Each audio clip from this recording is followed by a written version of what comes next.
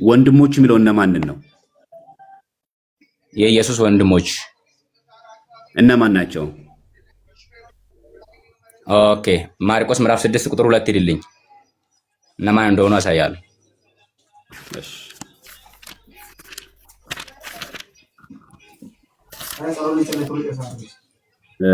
6:2 ያው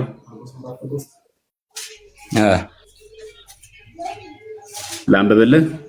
ሰንበትን በሆነ ጊዜ በምኩራብ ጀመር፣ ብዙዎችም ሰምቶ ተገረሙና እነዚህን ነገሮች ይህ ከወዴት አገኛቸው? ለዚህ የተሰጠችው ጥበብ ምንድናት? በእጁም የሚደረጉ እንደነዚህ ያሉ ተአምራት ምንድን ናቸው? ይህስ የጸራቢው የማርያም ልጅ የያዕቆብም የዮሳም የይሁዳም የስምዖንም ወንድም አይደለምን? እህቶቹስ በዚህ በእኛ ዘንድ አይደሉምን? አሉ። ይሰናከሉበትም ነበር ይላል። እሺ ናካ ወንድሞቹ ደግሞ እንደዚህ መጽሐፍ ቅዱስ ኢየሱስ ክርስቶስ ወንድሞች እንዳለውና ኦኬ ወንድሞች እንዳለው መጽሐፍ ቅዱስ በእርግጥ ያስቀምጥልናል። ይሄን የተናገሩት እነማን ናቸው? አይሁዳውያን ናቸው። የአይሁዳውያን ምስክርነት ትክክል ነው። ኦኬ የአይሁዳውያን ምስክርነት ትክክል ነው ማለት ሳይሆን እነሱ ያውቁታል። እነሱ ጋር ነው ያለው፣ ያውቁታል ኢየሱስን። ስምህ እየጠፋብኝ ተቸገርኩ፣ ይቅርታ። ማን ነበር ያልከኝ? ደቻሳ። ይቅርታ፣ በአማርኛ መለሰ ነው እንደዛ ያዘው። ጥሩ ደቻሳ። አሁን አንተ እሺ፣ ይኸውልህ ደቻሳ፣ አሁን አንተ ማስረጃ ብለህ ያቀረብከው አይሁድ የተናገሩትን ነው አይደል? ይሄን አዎ፣ አይሁድ የተናገሩት ይሄኛው ወንድሞች የተባሉት ያዕቆብ፣ የዮሳ፣ ስምዖን፣ ይሁዳ እነዚህ ትክክለኛ ወንድሞች ናቸው ብለህ ታምናለህ? አዎ። ትክክል ከሆነ ይሄኛው ለምን አልተቀበልከውም? ቆይ የጸራቢው የማርያም ልጅ አይደለም ሲል የጸራቢው የዮሴፍ ልጅ ነው ክርስቶስ? የጸራቢው የዮሴፍ ልጅ ነው ክርስቶስ? መጽሐፍ ቅዱስ ይለዋል። አዎ እኮ ክርስቶስ በስጋ የተወለደው ከዮሴፍ ነው። እነሱ የተቀበሉት እንደዛ ነው እንጂ ገባኝ። ግን እውነታውስ ኢየሱስ ክርስቶስ በመንፈስ ነው የተወለደው። ስለዚህ እነሱ የጸራቢው ልጅ ስላሉት እውነት የጸራቢው ልጅ ነው ማለት ነው። የጸራቢ ልጅ ስላሉት እውነት የጸራቢ ልጅ ነው ማለት ሳይሆን አዎ። ስለዚህ ኢየሱስ ክርስቶስን ልንገር፣ ቆይ ኢየሱስ ክርስቶስ ማለት ነው። አንተ ልጠይቅ ጥያቄ። ቆይ አንተ እኮ ነው አማርኛ ያስቸግራል። ምንም ችግር የለም። ምን አመጣው አይደለም እኮ ስጠይቅህ ይኸውልህ የደቻሳ ለመተማመን እንዲያመቸን አንተ መካነ ኢየሱስ ነው አይደል? እሺ ናኛው ባልተግባባንበት ነጥብ ላይ ተጨማሪ ማብራሪያ ትሰጣለህ። በተግባባንበት ጥያቄ ላይ የእሱ ነው መለስ ያለብን። ችግር የለውም። ምክንያቱም በምንገባው ድረስ ላይ መደጋገም የለብንም። እሺ ጥሩ። ይሄንን ምስክርነት አንተ ያቀረብከው የአይሁድን ነው አይደለም? የአይሁድን ነው፣ ከመጽሐፍ ቅዱስ ነው ያቀረብኩልህ። ይሄ ምስክርነት የአይሁድ ነው አይደለም? ነው። ጥሩ። የአይሁድ ምስክርነት ትክክል ነው አይደለም? የአይሁድ ምስክርነት ትክክል ነው አይደለም የሚለው መጽሐፍ ቅዱስ ላይ የተጻፈውን ነው እየነገርኩ ያለው እኔ። አዳምጠኛ። አንተ ይህንን ክሌም ስታቀርብ ወንድሞቹን እነማን እንደሆኑ አሳይሃለሁ ያልኩ አይደለ? አሳይሃለሁ ስላልክ ስታሳየኝ እዚህ ጋር ይሄንን ያቀረቡት እነማን እንደሆኑ ከቁጥር 2 ጀምሬ ሳነብል አይሁድ እንደሆኑ ነገርከኝ። አይሁድ ያቀረቡት ትክክል ከሆነ ይህ ጸራቢው የማርያም ልጅ አይደለም ብሎ ሲናገሩ በእነሱ ዘንድ ጸራቢ የተባለው ማን ነው? ዮሴፍ።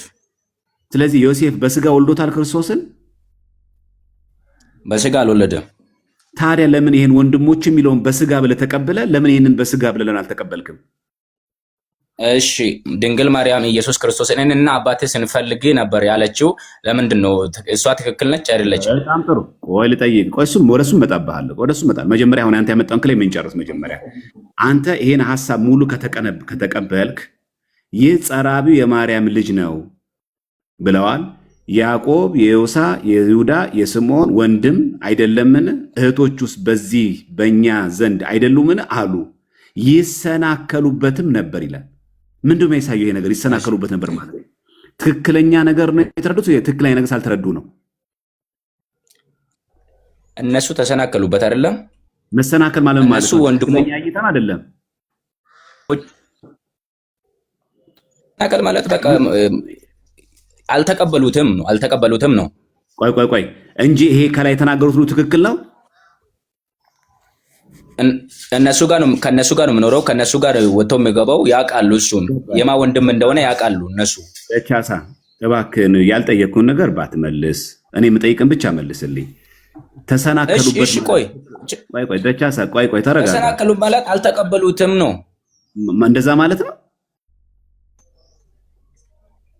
አልተቀበሉትም ማለት ነው። ተሰናከሉበት ማለት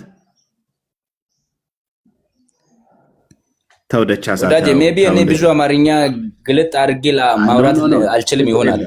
እሱንም ምንም ችግር የለም። ቋንቋ ምንም አያጋጨንም። ቋንቋ መግለጽ ነው። ጥቅስ ልስጥ ከፈለክ አሁንም ሌላ ጥቅስ እሰጥሃለሁ። ይሄንንም አልቀበልም ካልክ ሌላ ጥቅስ እሰጥሃለሁ። እኔ ቆይ እዚች ጋር በደንብ እችን አንድ 30 ጥቅስ ላይ ከምንሄድ አንዱን ጥቅስ በደንብ ረግጦ ማየት ተገቢ ነው። አሁን ያዕቆብ የክርስቶስ የሥጋ ወንድም ነው። የሥጋ ወንድሙ ነው። የያዕቆብ መልእክት ጻፊ ማለት ነው። እሺ እናንብበው። እሺ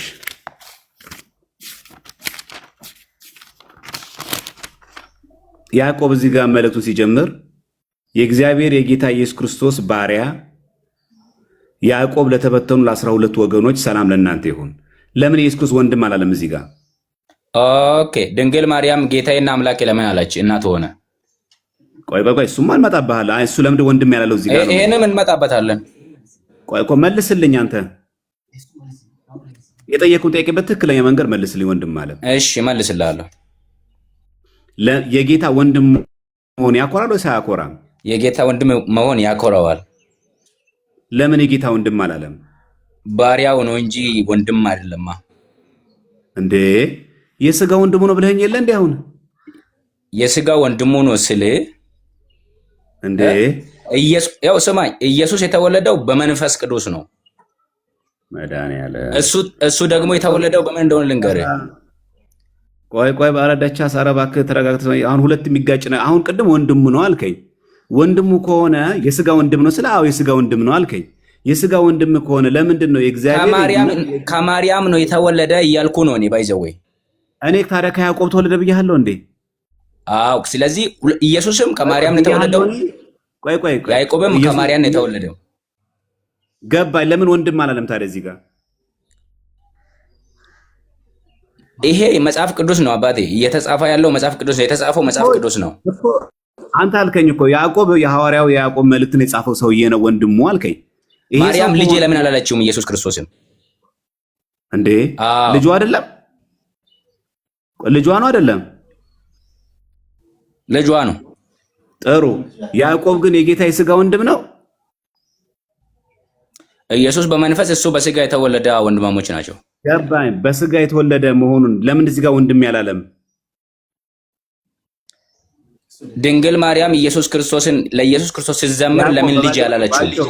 እሺ አሁንም የጠቀስከው ማርቆስ 6:2 ላይ ከያዕቆብ ቀጥሎ ማን ያለው? ይሁዳ ነው ያለው አይደል? ይሁዳ ነው አይደለም? ነው። ጥሩ። ይሁዳ ማን ነው? የአስቆሮቱ ይሁዳ ነው አይደለም? የጠቀስከው ማለት ነው። የያዕቆብ የዮሳም የይሁዳም የስምዖንም ወንድም ይላል አይደል እዚህ ጋር? ይሄ ይሁዳ መልእክትን የጻፈው ይሁዳ ነው። ሜቢ እሱን እርግጠኛ አይደለሁም፣ ግን የአስቆሮቱ ይሁዳ አይደለም። ጥሩ። ስለዚህ የያዕቆብ ወንድም ይሁዳ ደግሞ እስቲ እንየው ምን እንደሚል። እሺ ጥሩ። እሱ አንተ በሱ እርግጠኛ ካልሆን ቀለል አድርገህ ፍንጭ ልስጥህ ማለት ለእንትን እንዲያመች። ይሄ ያዕቆብ ይሄ ይሁዳ እዚህ ጋር የጠቀሰው የኛ ይሁዳ በደንብ ይኸው የያዕቆብ ወንድም ነው አይደለም? የሥጋ ወንድሙ ነው አይደለም? ነው። ስለዚህ ይሁዳ ማን እንደሆነ ለመለየት ከፈለክ የዚህ ምክንያቱም ያዕቆብ ዮሳ ይሁዳ ወንድማማች ከሆኑ ይሁዳ የያዕቆብ ወንድም ነው፣ ያዕቆብም የይሁዳ ወንድም ነው ማለት ነው አይደል? ስለዚህ ይሁዳ የያዕቆብ ወንድም ነው አይደለም? ነው። ጥሩ ከሆነ እዚህ መጽሐፍ ቅዱስ ላይ ይሄንኑ ቃል በቃል ተጽፎ ደግሞ ታገኘዋለህ። ራሱ ማለት የተናገረበት ነው። ተመልከት። የያዕቆብ ወንድም የይሁዳ መልእክት ይልና የኢየሱስ ክርስቶስ ባሪያ የያዕቆብም ወንድም የሆነ ይሁዳ በእግዚአብሔር አብ ተወደው ለኢየሱስ ክርስቶስም ተጠብቀው ለተጠሩ ይላል። ኦኬ ጥሩ። የያዕቆብ ወንድም አለ እንጂ ለምንድን ነው የጌታ ወንድም ያላለው? ኦኬ የጌታ ወንድም ያለለበት ምክንያት ኢየሱስ ክርስቶስ ሰው ብቻ ሳይሆን አምላክም ስለሆነ ነው እኮ። በስጋ ወንድሙ ነው ኢየሱስ ክርስቶስ። ከድንግል ማርያም ነው የተወለደው፣ በመንፈስ ቅዱስ ነው። እነሱ ደግሞ ከዮሴፍ ነው የተወለዱት። ይሄን ደግሞ የሚያረጋግጥልኝ የብሉይ ኪዳን መጽሐፍ ልስጥ። ጥሩ። ቆይ ከዛ በፊት መጀመሪያ ያዕቆብ ከመጽሐፍ ቅዱስ ይሄን ጠይቀው። አንተ እኮ ያመጣውን ጥቅስ መጀመሪያ መጨረሻ እሱ መጀመሪያ እንጨርሰው። እሱን ጥቅስ መጀመሪያ ችግር የለውም። እሺ ጋር የያዕቆብ ወንድም ይሁዳ ሲል ለምን የጌታ ወንድም አላለም እዚህ ጋር? ኦኬ የጌታ ወንድም የሚልበትም ላሳይ ሌላ ቦታ። ቆይ ለምንድን ነው እዚህ ጋር ያላለው? ታሳየኛለህ። የጌታ እዚህ ጋር አላለም። ገላትያ ምዕራፍ 1 ቁጥር 18 ጋር ሄድልኝ። የጌታ ወንድም የሚለውን ልስጥ። ለምንድን ነው ያላለው እዚህ ጋር? የጌታ ወንድም የሚለውን ልስጥ። ገላትያ ምዕራፍ 1 ቁጥር 8 ሂድ። ቁጥር 18 ሂድ። ታሳየኛለህ። ይሄ ለምንድን ነው ያላለው? ይሄ ጸሐፊው ነው የሚያውቀው ያለለበት ምክንያት። አሁን የጌታ ወንድም እንደሆነ ገላትያ ምዕራፍ 1 ቁጥር 18 ሂድ። ቆይ ረጋ ብለህ አሁን ደቸሳ መጀመሪያ ትሆንህን ቀነስ አድርገህ ረጋ ብለህ ማውራት ሞክር። የኢየሱስ ክርስቶስ ባሪያ አየህ፣ የኢየሱስ ክርስቶስ ወንድም አላለም። የኢየሱስ ክርስቶስ ባሪያ ነው። ያዕቆብ ደግሞ ወንድም ነው ያለው። አዎ የያዕቆብ ወንድም ነው፣ የኢየሱስ ባሪያ ነው። ቆይ አዳምጠኝ። የኢየሱስ ክርስቶስ ስጋ ወንድም ከሆነ የያዕቆብ ወንድም ብሎ ከመጠራትና የጌታ ወንድም ብሎ ከመጠራት የትኛው ነው ክብር? የጌታ ወንድም እንደሆነ ከመጽሐፍ ቅዱስ አሳያለሁ። ይሄ ጸሐፊው ነው የሚወስነው። ቆይ ደቻሳ በእናትህ በደንብ አዳምጠኝ እባክህን። የያዕቆብ ወንድም ከመባልና የጌታ ኢየሱስ ክርስቶስ ወንድም ከመባል የትኛው ነው ክብር ያለው? የጌታ ኢየሱስ ክርስቶስ ወንድም መባል። ለምን እንደዛ አላለም? እዚህ ጋር እንደዛ ያለለበት ምክንያት ኢየሱስ ክርስቶስ ለሁላቸውም ጌታና ገዢ ነው።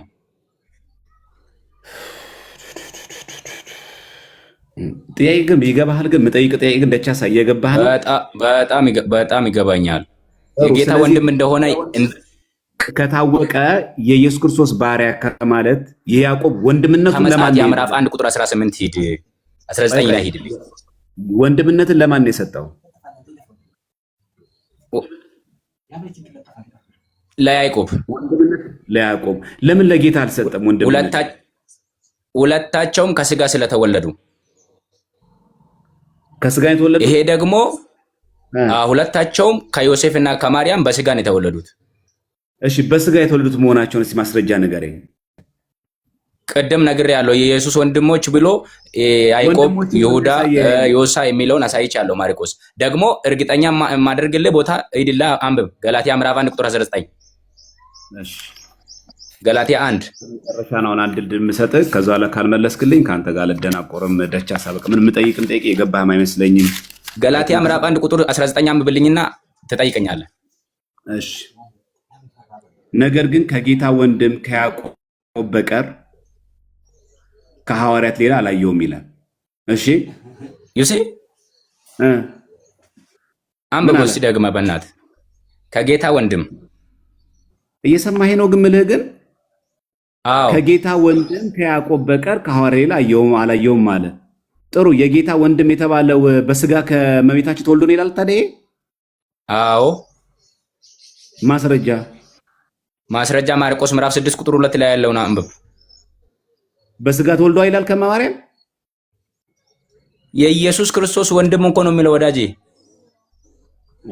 እሺ አንድ የመጨረሻ እድሌ ከገባህ ማለት ነው። ካሁን በኋላ አልደግምልህም። እሺ ሐዋርያት ሥራ ምዕራፍ 1 ሄድልኝ ከፈለክ። ይቅርታና እሺ ቴዲ እሱን ከማንበብ በፊት ይቅርታና አሁን የተነበበው ላይ ያዕቆብ ከሐዋርያት መካከል ከያዕቆብ በቀር የለም ነው የሚለውና ሐዋርያ ነው ጎስፕል አቤት ወይ ከሐዋርያት መካከል ነው ያዕቆብ የጌታ ወንድምን እንጂ ከሐዋርያት መካከል ማንንም አላየውም እኮ ነው የሚለው እኮ። ከሱ በቀር ከሐዋርያት ሌሎቹን አላየውም እሱም ብቻ ነው ያየሁት ነው እያለ ያለው አይደል? አዎ የጌታ ወንድም ያዕቆብን አይቻለሁ፣ ከሱ በቀር ግን ሌሎች ሐዋርያትን አላየውም። ከሐዋርያት መካከል ከጌታ ወንድም ከያዕቆብ በቀር ሌላ የለም እያለ ነው። በደንብ አንብብ። ይኸው ተነበበ እኮ በደንብ ከጌታም ወንድም አይደል? አልተነበበልህም? ከጌታ ወንድም ከያዕቆብ በቀር ይላል። የምታወራው ቶሎ ቶሎ መልስ እንጂ። አይደለም፣ እሱ ሩቅ ነው ያለው። ሌላ ሰው እያማከርኩ አይደለም። ቅድም ስታማክር ነበር። እሺ፣ ነገር ግን ያው አይደለም፣ ጥቅስ አውጣልኝ ነው ያልኩት። ከያዕቆብ በቀር እሺ፣ ከጌታ ወንድም ከያዕቆብ በቀር ከሐዋርያት ሌላ አላየውም። ሌላ አላየው ማለት እሱ ሐዋርያ ነው። ሌሎች ናቸው ያልታዩት። አይደለም። ሜቢ እኔ አማርኛ አልችልም። እንደኔ አማርኛ ማትችል ከሆነ አላውቅም። ኦኬ፣ እኔ የማልችለው ሜቢ እንደኔ ከሆንክ ብዬ ነው። እሺ፣ ለማንኛውም ነገር ግን ከጌታ ወንድም ከያዕቆብ በቀር ከሐዋርያት ሌላ አላየውም ነው የሚለው። ሌላ የለም ከሐዋርያት ከማ በቀር ከጌታ ወንድም ከያዕቆብ በቀር ነው የሚለው። ስለዚህ ሌሎች ሐዋርያት የለውም፣ እሱ ብቻ ነው ያለው እያለ ነው። አንተ አማርኛ ቅድም እንዳልከው ስለሚቸግር እንግዲህ ምንም ልንረዳ አልችልም፣ ግን መጽሐፉ እንደዛ ነው የሚለው። እሺ ቀጥል፣ በቃ ችግር የለም። ከሐዋርያት እኮ ነው ያላየው እሱ።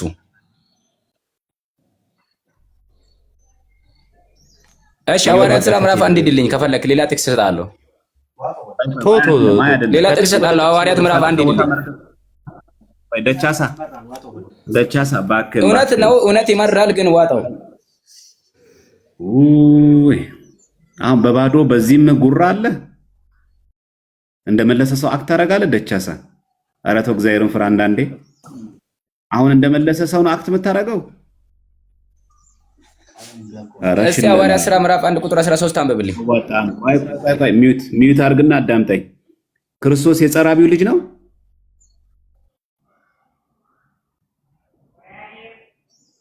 በአጭር መልስ መልስልኝ። ዮሴፍ ልጅ ነው። የጸራቢው ልጅ ነው?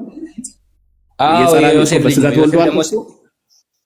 በስጋ ተወለደ ማለት አይደለም። እነሱ የሚያውቁት በስጋ እንደተወለደ ነው እኮ። እነሱ የሚያውቁት እንደዛ ስለሆነ ክርስቶስ በስጋ ተወልዷል ማለት ነው። ክርስቶስ ከሱ በስጋ አልተወለደም፣ ከማርያም ነው የተወለደው። የበኩሯን ልጅ ይላል። እነሱ እንደዛ አሰቡ አይደለም። እነሱ እንደዛ አሰቡ ማለት ክርስቶስ ከዮሴፍ ተወልዷል ማለት ነው። እሺ እንደዛ ማለት አይደለም። ድንግል ማርያም እኔና አባቴ ስንፈልግ ነበር ማለቷ ኢየሱስ ከዮሴፍ ተወልደዋል ማለት ነው። አዳምጠኝ፣ ረጋ ብለህ አዳምጠኛ። ስጠይቅህ ደርበህ አታውራ። ለውይይት እንዲያመችን እንደዛ አታድርግ። አሁን የምጠይቅህን በቀጥታ መልሰህ ይሄን ያቀረብክልኝ የአይሁድ ምስክርነት ስለሆነ አንተ ያቀረብከው በአይሁድ ምስክርነት ስለሆነ በአይሁድ ምስክርነት ዘንድ ይህ ጸራቢው የማርያም ልጅ ነው ብሎ ያምናሉ። ስለዚህ ስትቀበል የዮሳ የያዕቆብ የይሁዳ የስምዖን ብቻ ሳይሆን የጸራቢው ልጅን ብለህ መቀበል አለብህ። ምክንያቱም ይሄ በስጋ ወልዳለች እኮ አይልም፣ ወንድሞቹ ነው የሚለው። እዚህ ጋም ደግሞ የማርያም ልጅ ይላል። እዚህ ጋም የማርያም ልጅ ይላል። ወንድሞቹ ማለት ምን ማለት ነው? ቆይ መጀመሪያ አንተ እስቲ ወንድም ማለት ምን ማለት ነው ንገረኝ። እሱን ልፍታለህ። ወንድም ማለት በስጋ ብቻ ሳይሆን አብሮ አደግም ራሱ ወንድም ይባላል። እሺ ወንድም ይባላል። አብሮ አደግ። ለምሳሌ አብርሃም ሎጥን ወንድም ይለዋል። እሺ አብርሃም አሁን የሎጥ የስጋ ወንድም ሆኖ ሳይሆን የአንድ ሀገር ሰዎች ወንድም ስለሚባባሉ ማለት ነው። እሺ አሁን ሁለተኛ ነገር ደግሞ እዚህ ጋር በጣም ማሰብ የሚገባህ ነገር ይሄንን ምስክር ስራ ሲጀመር ሲያቀርቡት አይሁድ ናቸው። ያ ብቻ አይደለም። ምን እንደሚለው እዚህ ጋር አሉና ይሰናከሉበትም ነበር። ያ ማለት ሚስ ፕሬዘንት አድርገዋል ማለት ነው። ያ ማለት ክርስቶስን አልተረዱትም ማለት። ስለዚህ ይሄ ምስክርነት አይቀርብም። ምክንያቱም ይሄ ምስክርነት ወንድሞቹ ስምዖን፣ ያዕቆብ፣ ዮሳ እያሉ ያሉት አይሁድ ናቸው። ይሰናከሉበትም ነበር ይላል እንጂ መጽሐፍ ቅዱስ እንደሚል እንደዚህ ናቸው አይልም። ሁለተኛ የነሱን ቆይ ሚዩት አድርገህ መጀመሪያ አዳምጠኝና ከዛ በኋላ ተሳስቼ ከሆነ ትነግረህ ለትምህርትም እንዲሆን ነው። ምክንያቱም አሁን ለዲቤት ለውይይቱ አንተ ብዙም እንትን ቋንቋ ያስቸግረኝ ስላልክ እዚህ ጋር ብዙም ጊዜ ባንገድልና ከዛ ይሄኛው ኢንተርፕሪቴሽን ስህተት ነው ትለኛለህ። እኔ አሁን የምፈልገው መሰረታዊ ጉዳይ ልንገርህ። ይሰናከሉበትም ነበር ሲል ይሄንን ቆመ ማየት አለብን መጀመሪያ። ምክንያቱም ንግግሩ ራሱ የአይሁድ ምስክርነት ስለሆነ ይሄንን ደግሞ የአይሁድ ምስክርነት መጽሐፍ ቅዱስ እንዳለ ይሰናከሉበት ነበር ብሎ ነገረ። አንድ ሁለተኛ የማርያም ልጆች የሚል አንድ ቦታ መጽሐፍ ቅዱስ ጠቅሶ የለም። ሁለተኛ ዮሴፍ ከእመቤታችን ቅድስት ድንግል ማርያም ጋር አብሮ ክርስቶስ ከሚወለድ በነበረበት ጊዜያት ባሏ ሚስቱ ሲል አናገኘው። አንድ ቦታ የመጽሐፍ ቅዱስ ክፍል ላይ አናገኘው። የትኛው የመጽሐፍ ቅዱስ ክፍል ላይ ነው ባሏ ሚስቱ የሚለው? የትም ቦታ የለም። ግን ምንድን ነው እነሱ እንደመሰላቸው ነው መጽሐፍ ቅዱስ እንደሚለው እነሱ እንደመሰላቸው የዮሴፍ ልጅ እንደመሰላቸው። ምክንያቱም የሚመስላቸው እነሱ እንደዛ ስለሆነ ነው። ይሄን የነገረ ማነው? ሉቃስ ወንጌል ላይ ነው። ይሄው ላሳየ እዚህ ጋር የሉቃስ ወንጌል ምዕራፍ 3 ቁጥር 23 ተመልከት። ምን ይላል? ኢየሱስ ሊያስተምር ሲጀምር እድሜው 30 ዓመት ያህል ኖሮት ነበር ይልና እንደመሰላቸው የዮሴፍ ልጅ ሆኖ እንደመሰላቸው ነው። መምሰልና መሆን ይለያያል። አየህ እዚህ ጋር የሚናገረው እንደመሰላቸው የዮሴፍ ልጅ። ስለዚህ የጸራቢው ልጅ አይደለምን ይላሉ። ስለመሰላቸው ነው እነሱ ስለመሰላቸው። ግን አይ ክርስቶስ እኮ በግብረ መንፈስ ቅዱስ አልተወለደም፣ የተወለደው እኮ በሰው አይነት ሩካቤ ስጋ የዮሴፍ ልጅ ነው አንልም። ኑፋቄ ነው፣ ክህደት ነው። ግን እነሱም እንደሚለው እዚህ ጋር መጽሐፍ ቅዱስ እንደመሰላቸው ነው የሚለው። ስለዚህ የአይሁድ ምስክርነትን አንወስድም። ምክንያቱም እነሱ ስለመሰላቸው ክርስቶስ የዮሴፍ ልጅ ነው አንልም። እኛ የእግዚአብሔር ልጅ ነው ብለን የምናምነው። አንድ ይሄን ምስክርነት መውሰድ ምን አደጋ አለው? እንዳለ ብንወስደውስ ምን ችግር አለው ካልን ደግሞ እንዲህ የሚላላ ይህንን ጥበብና ተአምራት ከወዴት አገኘው ካለ በኋላ ምንድን ነው የሚለው እዚህ ጋር? ይህ የጸራቢው ልጅ አይደለምን? በዚህ ምስክርነት እንሂድ ከተባለ ለምንድን ነው እዚህ ጋር ሄደን እየሰማኝ ነው ደቻሳ? አዎ እየሰማሁ ደቻሳ። በዚህ ምስክርነት የምትሄድ ከሆነ ይህ የጸራቢው ልጅ አይደለምን? እናቱስ ማርያም ትባል የለምን? ወንድሞቹስ ያዕቆብና ዮሳ፣ ስምዖን፣ ይሁዳ አይደሉምን ይላል። አሁን በዚህ መሰረት ጠይቅ ልጠይቅህ፣ ይህ የጸራቢው ልጅ አይደለም የሚለው ትክክል ነው? እሺ ትክክል ነው። ኦኬ ይህ የጸራቢው ልጅ አይደለምን የሚለው ኢየሱስ ክርስቶስ በስጋ ዮሴፍ እንደተወለደ ነው የሚያውቁት እነሱ። ያሳደገውና አባቱ ሆኖ ያሳደገው ዮሴፍ ስለሆነ ይኸውልህ ደቻሳ ልክ ነው እኮ። አሁን እኮ የምንግባባው ነገር ላይ ኢየሱስን ክርስቶስ አዳምጠኝ፣ ዮሴፍ ስላሳደገው ነው አለም ዮሴፍ ልጅ የተባለው እንጂ በስጋ አልወለደውም አይደል? አዎ። ግን እነሱም ብሎ ምን ብሎ ያምናሉ? እና ያዕቆብን ደግሞ ወለዳቸው። እመጣለሁ። ቆይ ይህ የጸራቢው ልጅ ነው ሲያስቡ እነሱ ግን በመንፈስ ስላሳደገው ነው ልጁ ሆኖ ስላሳደገው ነው ብሎ ነው የሚያምኑት? ወይስ ደግሞ ከማርያም ጋር ተገናኝቶ እንደ ሰው ተወልዷል ብሎ ነው የሚያስቡት? ይሄን ሲናገሩ ሜቢ ከነሱ ጋር ስላልነበርኩኝ ሀሳባቸውን ላልረዳ እችላለሁ። እውነት ነው። አሁን የትክክለኛ ምላሽ ይሄ ነው። በቃ አየህ። ግን አሁን እዚህ ጋር ምን ይላል? እዚህ ጋር ራሱ ስትጨርስ ራሱ እንኪያስ ይህን ሁሉ ከወዴት አገኘው? ተሰናከሉበትም። የቅድም አንተ የጠቀስከው የማርቆስ ወንጌል ላይ እንደዛ ነው የሚለው። አሁን የጠቀስኩልህ የማቴዎስ ወንጌል 13:53 ጀምሬ ነው። የቅድሙም ይሄኛው ምን እንደሚለው ተሰናከሉበት። አሁን አንተ የምትወስደው ይሄ ማስረጃ ከሆነ ያ ማለት ይሄው እዚህ ጋር ያዕቆብ ይላል፣ ይሄ ወንድሞቹ ይላል ካልክ እዚህ ጋርም እኮ የጸራቢው ልጅም እኮ ይላል። አይ ወንድሞቹ የሚለው ቃል ቆይ አዳምጠኝ ደቻሳ። ወንድሞቹ የሚለው ቃል እሺ ልመልስልህ። ቆይ አዳምጠኝ በእናትህ ደቻሳ እባክህን። ወንድሞቹ ያዕቆብ፣ ዮሳ፣ ስምዖን የሚለው ይሁዳ የሚለው በደምብ ስማኝ። ይሄንን የሚለው በቁሙ የስጋ ወንድም ነው ብለን ከተረጎምን ለምን እዚህ ጋር የስጋ ብለን አልተረጎምን? ኦኬ ለምን እዛ ጋር እንዳልተረጎምንምና እዚህ ጋር ለምን እንደምንተረጎም ልንገርህ እኔ። እሺ ከመጽሐፍ ቅዱስ ማለት ነው። ትንቢተ ሚክያስ ምዕራፍ 5 ቁጥር 3 ላይ የተነገረ ትንቢት አለ። ስለዚህ ወላዲቱ እስክትወልድበት ጊዜ ድረስ አልፎ ይሰጣቸዋል፣ የቀሩትም ወንድሞቹ ወደ እስራኤል ልጆች ይመለሳሉ ይላል። እሺ ዩሲ ድንግል ማርያም ከኢየሱስ ክርስቶስ ውጪ ሌላ እንደምትወልድ በትንቢት ተነግሮ ነው ያለው። ጭራሽ? አዎ። የትኛው ጋር እንደዛ የሚለው? ትንቢተ ሚክያስ ምዕራፍ 5 ቁጥር 3 አንብብ። እሺ መድኃኒዓለም። እሺ ትንቢተ ሚክያስ ምዕራፍ 5 ሚልኪያስ ነው ሚክያስ? ሚክያስ እሺ ሚክያስ ሁለት ስለሆኑ ነው። ምዕራፍ 5 ቁጥር ስንት? ከቁጥር 1 ተነስተ ለምሳሌ ከቁጥር 2 አንብብ በቃ። እሺ አንቺም ቤተልሔም ኤፍራታ ሆይ አንቺ በይሁዳ አላፋት መካከል ትሆኚ ዘንድ ታናሽ ነሽ። ከአንቺ ግን አወጣጡ ከቀድሞ ጀምሮ ከዘላለም የሆነ በእስራኤልም ላይ ገዢ የሚሆን ይወጣልኛል። እሺ ስለዚህ ወላጅቱ እስከምትወልድበት ጊዜ ድረስ አሳልፎ ይሰጣቸዋል። እሺ ማን አሳልፎ ይሰጣቸው? ቀጥሎ ያለውን አንብብልኝ። እሺ የቀሩትም ወንድሞቹ ወደ እስራኤል ልጆች ይመለሳሉ። ምን ማለት ነው እኮ ንገረኝ። ምን ማለት ነው? አንተ እኮ ነው ያመጣኸው። ኦኬ ምን ማለት እንደሆነ ልንገርህ። እሺ ስለ ቤተልሔም የተነገረ ትንቢት ነው። እሺ ቤተልሔም ከይሁዳ ቤተልሔም ማርያም ናት አይደለችም? ስለማን የጠቀስከው ይህን ጥቅስ? ኦኬ አይደለም፣ ስለ ቤተልሔም ነው የሚያወራው። እሺ እኮ ቤተልሔም የማርያም ምሳሌ ናት። ገዢ ወይ ደግሞ ጌታ ከቤተልሔም እንደሚወጣ ይናገርና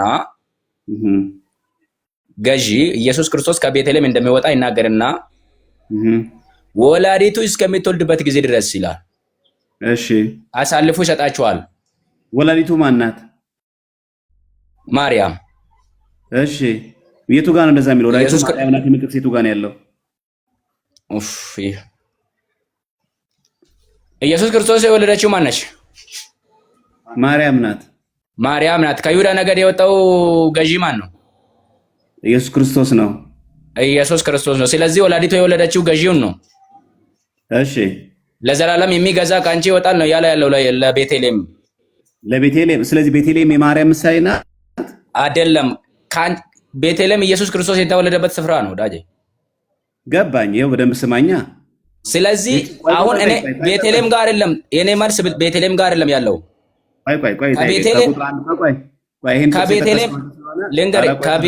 ከቤተልሔም የሚወጣ ገዢ፣ ከቤተልሔም የሚወጣ የሚቤዥ እንዳለና ለዘላለም የሚገዛ ኢየሱስ ክርስቶስ እንደሚመጣ ይናገራል እዚህ ጋር። ወላዲቱ እስኪትወልድ ድረስ እግዚአብሔር እንደሚተዋቸው ይናገርና እሺ ቆይ ቁጥር 1 ጀምረን እናንብብ። አንተ ስለጠቀስከው ይሄን ጥቅስ ስለጠቀስከው አንተ የጭፍሮች ሴት ልጅ ሆይ ጭፍሮችሽን አሁን ሰብስቢ። የጭፍሮች ልጅ የተባለችው ማን ናት? እስራኤል። ጭፍሮች የተባሉት እነማን ናቸው? 12ቱ ነገዶች። እሺ ከቦ የሚያስጨንቃቸው ማን ነው? ጠላት። የእስራኤል ፈራጅ ጉንጩ በበትር ይመታሉ ማን ነው? የእስራኤል ፈራጅ የተባለው ማን ነው? እግዚአብሔር። ጉንጩን በበትር ይመታሉ የተባለው ማን ነው? ኢየሱስ ክርስቶስ። ክርስቶስ የእስራኤል ፈራጅ ነው? ክርስቶስ የእስራኤል ፈራጅም ነው፣ ገዢም ነው፣ የሚቤዥም ነው። ቆይ አዳምጣኝ። ክርስቶስ በጉንጩን በበትር ሲመታ በዚህ ምድር ሲመላለስ የእስራኤል ፈራጅ ነው? በበትር ሲመታ ፈራጅ አልነበረም። ይሄው ታዲያ እኮ ይላል እኮ የእስራኤልን ፈራጅ ጉንጩን በበትር ይመታሉ ይላል። ፈራጅ ነው እኮ እሱ ሊያድን ነው የመጣው እንጂ ፈራጅ ነው እሱ ራሱ። ገባኝ። ጉንጩን በበትር ይመታሉ የተባሉትና ማን ናቸው የመቱት ጉንጩን በበትር? ራሳቸው። ስለዚህ ክርስቶስ በዚህ ምድር ላይ ሲመላለስ በመከራ ሲቀበል ፈራጅ ነው? መከራን ሲቀበል ሳይሆን አሁን ፈራጅ ነው። መከራ ሲቀበልስ? መከራን ሲቀበል ከፍርድ ሊያወጣ ነው የመጣው። ፈራጅነትስ የለውም? ስልጣኑ ትቶ ነው የመጣው። ክብሩን ሁሉ፣ ፈራጅነቱን ሁሉ፣ አምላክነቱን ሁሉ ራሱን ባዶ አድርጎ ነው የመጣው። የባሰ አታምጣ። ስለዚህ ክርስቶስ ወደዚህ ምድር ሲመጣ ፈራጅነቱን አምላክን ትቶ ነው የመጣው። ራሱን ባዶ አድርጎ ነው የመጣው። ፊልጵስዩስ ምዕራፍ 2 ከቁጥር 6 አንብብ። ወይ በዚህ ምድር ሲመላለስ ክርስቶስ አምላክን ትቶ ነው የመጣው። ኢየሱስ ክርስቶስ ሰውም ነው አምላክም ነው ወዳጄ። ነገር ግን ራሱን ባዶ አድርጎ ክብሩን ሁሉ ትቶ ዝቅ ብሎ በቃ አየህ፣ ይሄንን ነው አሁን ይሄ መጽሐፍ ቅዱስ የሚለው የእስራኤልን ፈራጅ ጉንጩም በበትር ይመታሉ። ስለዚህ ጉንጩም በበትር ሲመታ ያማን ነው? የእስራኤል ፈራጅ። ምኑን ተመታ? ጉንጩ። በምን? በበትር። ማን? አይሁድ። ጉንጩም ማን ነው? ወዳጅ ይሄ ትንቢት ነው፣ መገለጥ ነው። ባይዘው በጣም ማየትና ማስተዋል ያለብህ ነገር። እሺ ኢዮብ የምትለው ነገር ሰውየው እያወራው ያለው መገለጥ ነው። እሺ እኔ በቃ ሜቢ ስለመገለጥ የማታውቅ ከሆነ ልነግርህ እችላለሁ። አይ እንትን ሆነ ምንም ማስረጃ የሌለው ድርቅና ነው እየሆነ ያለውና ለምሳሌ እንደዚህ አይነት እንትን ከራስ እንኳን መምህራኖች አንተ ማስረጃ ቢባል አይ እኔ ያልኩኝ የሚሆን ከሆነ እንትን አይኖረውምና አስቸጋሪ ነው። አንድ ጥቅስ ብቻ ላንብብልህና ምናልባት እሱ ላይ ያለህን ምልከታ ተነገርከኝ እንትን ይላል።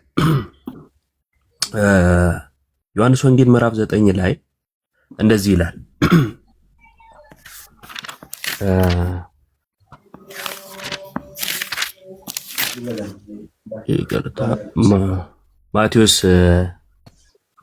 ማቴዎስ 27 ላይ ቁጥር 56 እንደዚህ ይላል።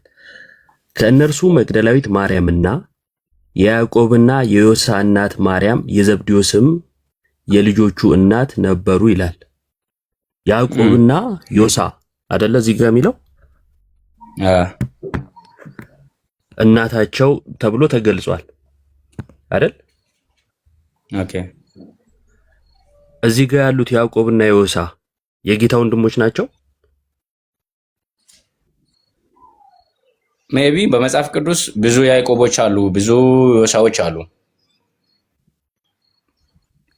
ሊኖሩ ይችላሉ። ጥያቄው ግን እነሱ ናቸው ወይ? የዮሐንስ ልንገርህ፣ የዮሐንስ ወንድም ምሳሌ አልጠየቅኩም። የጠየቅኩ ያዕቆብና ዮሳ የጌታ ወንድሞች ናቸው ወይ እዚህ ክፍል ላይ የተጠቀሱት? ሜቢ እዚህ ጋር በደንብ አያለው፣ በደንብ አላየሁትም። ከመጀመሪያው ተነስቻ አያዋለሁ፣ ችግር የለው። ግን በመጽሐፍ ቅዱስ ውስጥ ያለው ያዕቆብም ሆነ አንዴ ያዕቆብና ዮሳ የጌታ ወንድሞች ምትላቸው አሉ አይደል? አንተ ሌላ ስፍራ ላይ አለ። ልክ እንደዛ ያዕቆብና ዮሳ ሆነው ግን ደግሞ ሌላ እናት ያላቸው ሊኖሩ ይችላሉ፣ ላይኖሩ ይችላሉ። ወይ ደግሞ እቺኛው ማርያም ድንግል ማርያም ልትሆን ትችላለች። ድንግል ማርያም ልትሆን ትችላለች። አያለው፣ አላነበብኩም እያልኩ ነው። ይሄንን በደንብ አያዋለሁ። እሺ ወንድም የሚለው ላይ ወንድም ስለተባለ ብቻ አንድ እናት ወልዳቸዋለች ማለት ነው ማለት አይደለም። ታዲያ ለምንድን ነው እሱ ወንድም ስለተባለ ለኢየሱስ ማርያም ወልዳቸዋለች ልትል የቻልከው? ኦኬ ወላዲቱ እስኪትወልድ ድረስ እግዚአብሔር እንደሚተዋቸው የእስራኤልን ሕዝብ መጽሐፍ ከተናገረ በኋላ ያው ከወንድሞቹ በስተቀሩት ወደ እስራኤል ልጆች ይመለሳሉ ይላል መጽሐፍ ቅዱስ ማለት ነው። ከኢየሱስ ክርስቶስ ጋር የሚወለዱ ቆይ ደቻሳ ወንድሞች ስለተባለበት ቦታ እንድታወራኝ አይደለም የጠየቅኩ። ወንድሞች የተባለ ሁሉ ከአንድ እናት ተወልዷል ማለት ነው ወይ ስለ ላይሆን ይችላል አልከኝ። እንደዛ ከሆነ ለምንድን ነው እሱ ማርያም ወልዳቸዋለች ያልከው? ለኢየሱስ ወንድሞች ስለተባሉ ብቻ አልኩ። ወንድሞቹ እንኳን አላመኑበትም ስለሚል ነው። ወንድሞች የሚባሉ ብዙ አሉ።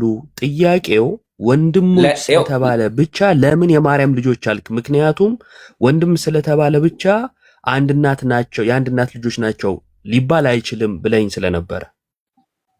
ኦኬ የኢየሱስ ክርስቶስ ወንድማሞች ናቸው ያልኩበት ምክንያት አንደኛ በትንቢት ማርያም ከኢየሱስ ክርስቶስ ውጪ ሌላ ልጆች እንደምትወልድ የተነገረ ትንቢት አለ። ሁለተኛ ደግሞ ወንድሞቹ ራሱ ቅድም ያሳየው ቦታ ማርያም ትወልዳለች የሚለውን ቁጥሩን ንገረኝ። ወላዲቱ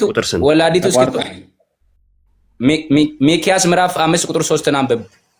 ቁጥር 3 ላይ ማርያም ልጆች ትወልዳለች ይላል አይደለም፣ ወላዲቱ ይላል። ወላዲት የተባለችና በመጽሐፍ ቅዱስ ውስጥ የተጻፈች ደግሞ ድንግል ማርያም ብቻ ናት። ለማን ነው ወላዲቱ የተባለችው?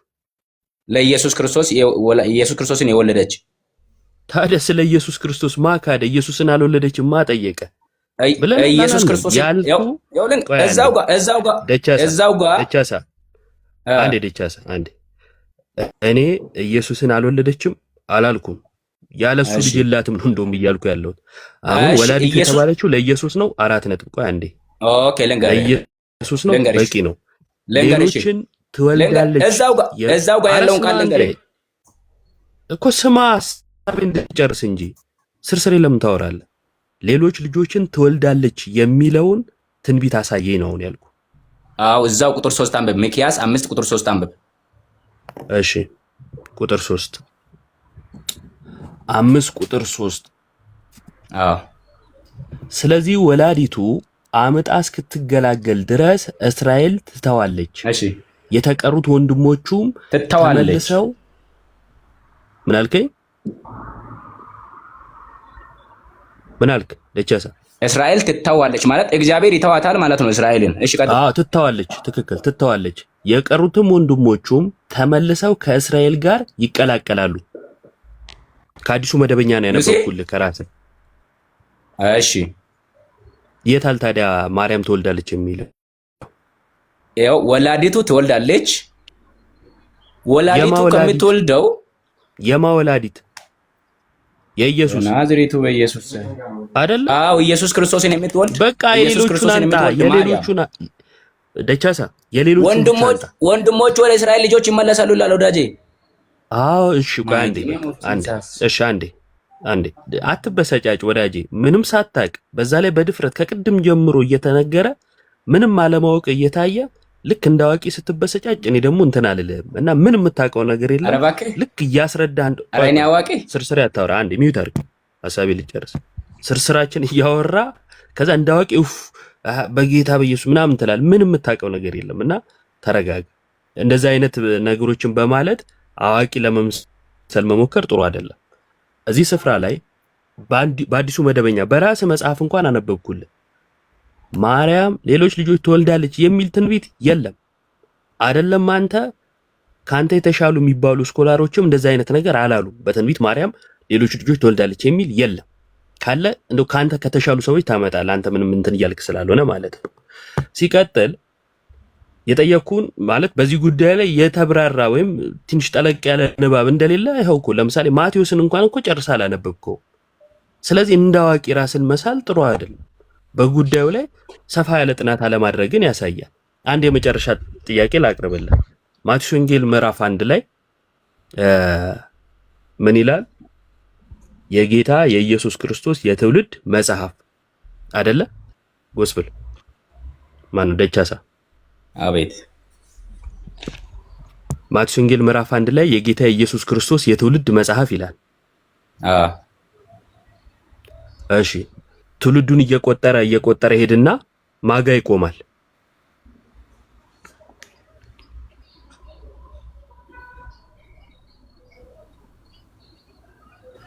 አልሰማኸኝም? ይቆራረጣል።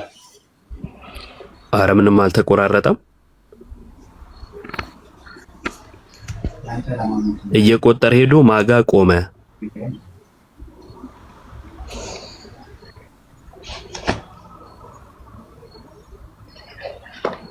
ኧረ ደቻሳ መልስልኝ። ነው ሰርች ላይ ነው ሜቢ እያነበብኩ አይደለም፣ መጽሐፍ ቅዱስ እያነበብኩ አይደለም። እኔ ጋር ታዲያ መልስልኝ። አላነበብኩትም ወይ እጄ ላይ አንብብልኝ ምናምን ነው ማለት ያለብኝ። እጄ ላይ የለም መጽሐፍ ቅዱስ፣ ብዙም አይሰማኝም እኮ። ችግር የለውም። እሺ ይኸው እዚህ ጋር እኮ ወጥቶላል ስክሪኑ ላይ ቁጥር 16 ጋር ያው ከላይ ጀምሮ ከሌን ወለደ እያለ ይመጣና ቁጥር 16 ላይ ምን ይላል? አልዓዛርም ማታንን ወለደ፣ ማታንም ያዕቆብን ወለደ፣ ያዕቆብም ክርስቶስ የተባለውን ኢየሱስን የወለደች የማርያም እጮኛ ዮሴፍን ወለደ ብሎ ያቆማል አይደለ? እሺ ለምን ዮሴፍ ላይ ቆመ? የኢየሱስ የትውልድ መጽሐፍ አይደለ? ለምን ዮሴፍ ላይ ቆመ?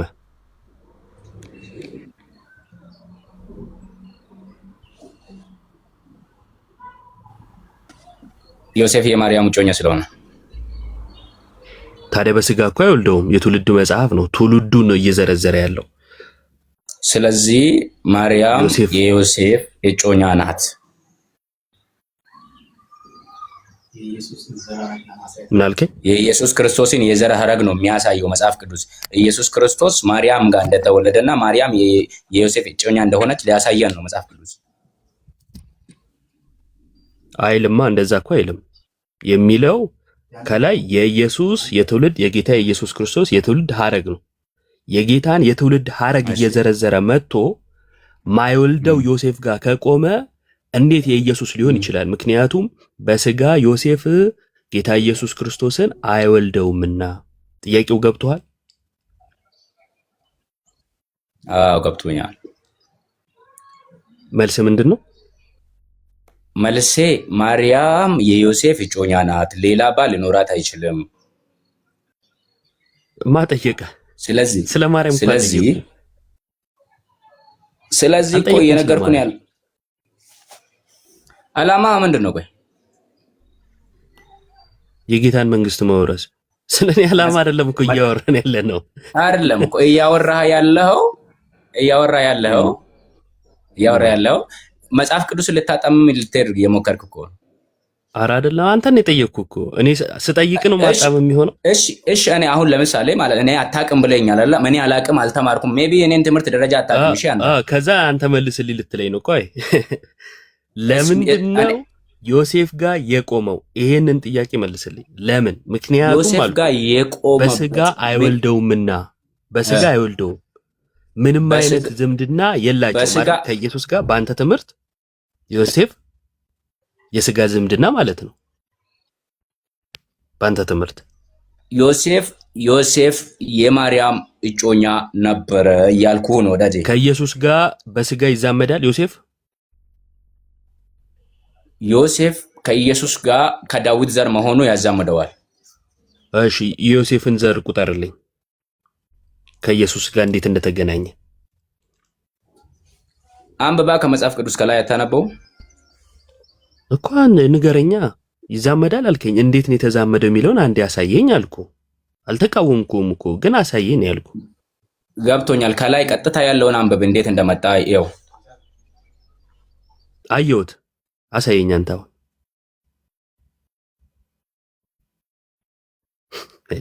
እሺ ዮሴፍ ከኢየሱስ ክርስቶስ ጋር የስጋ ዝምድና አለው አይደለ ያልከኝ? ኧረ ደቻሳ ቶሎ መልስ እባክህ።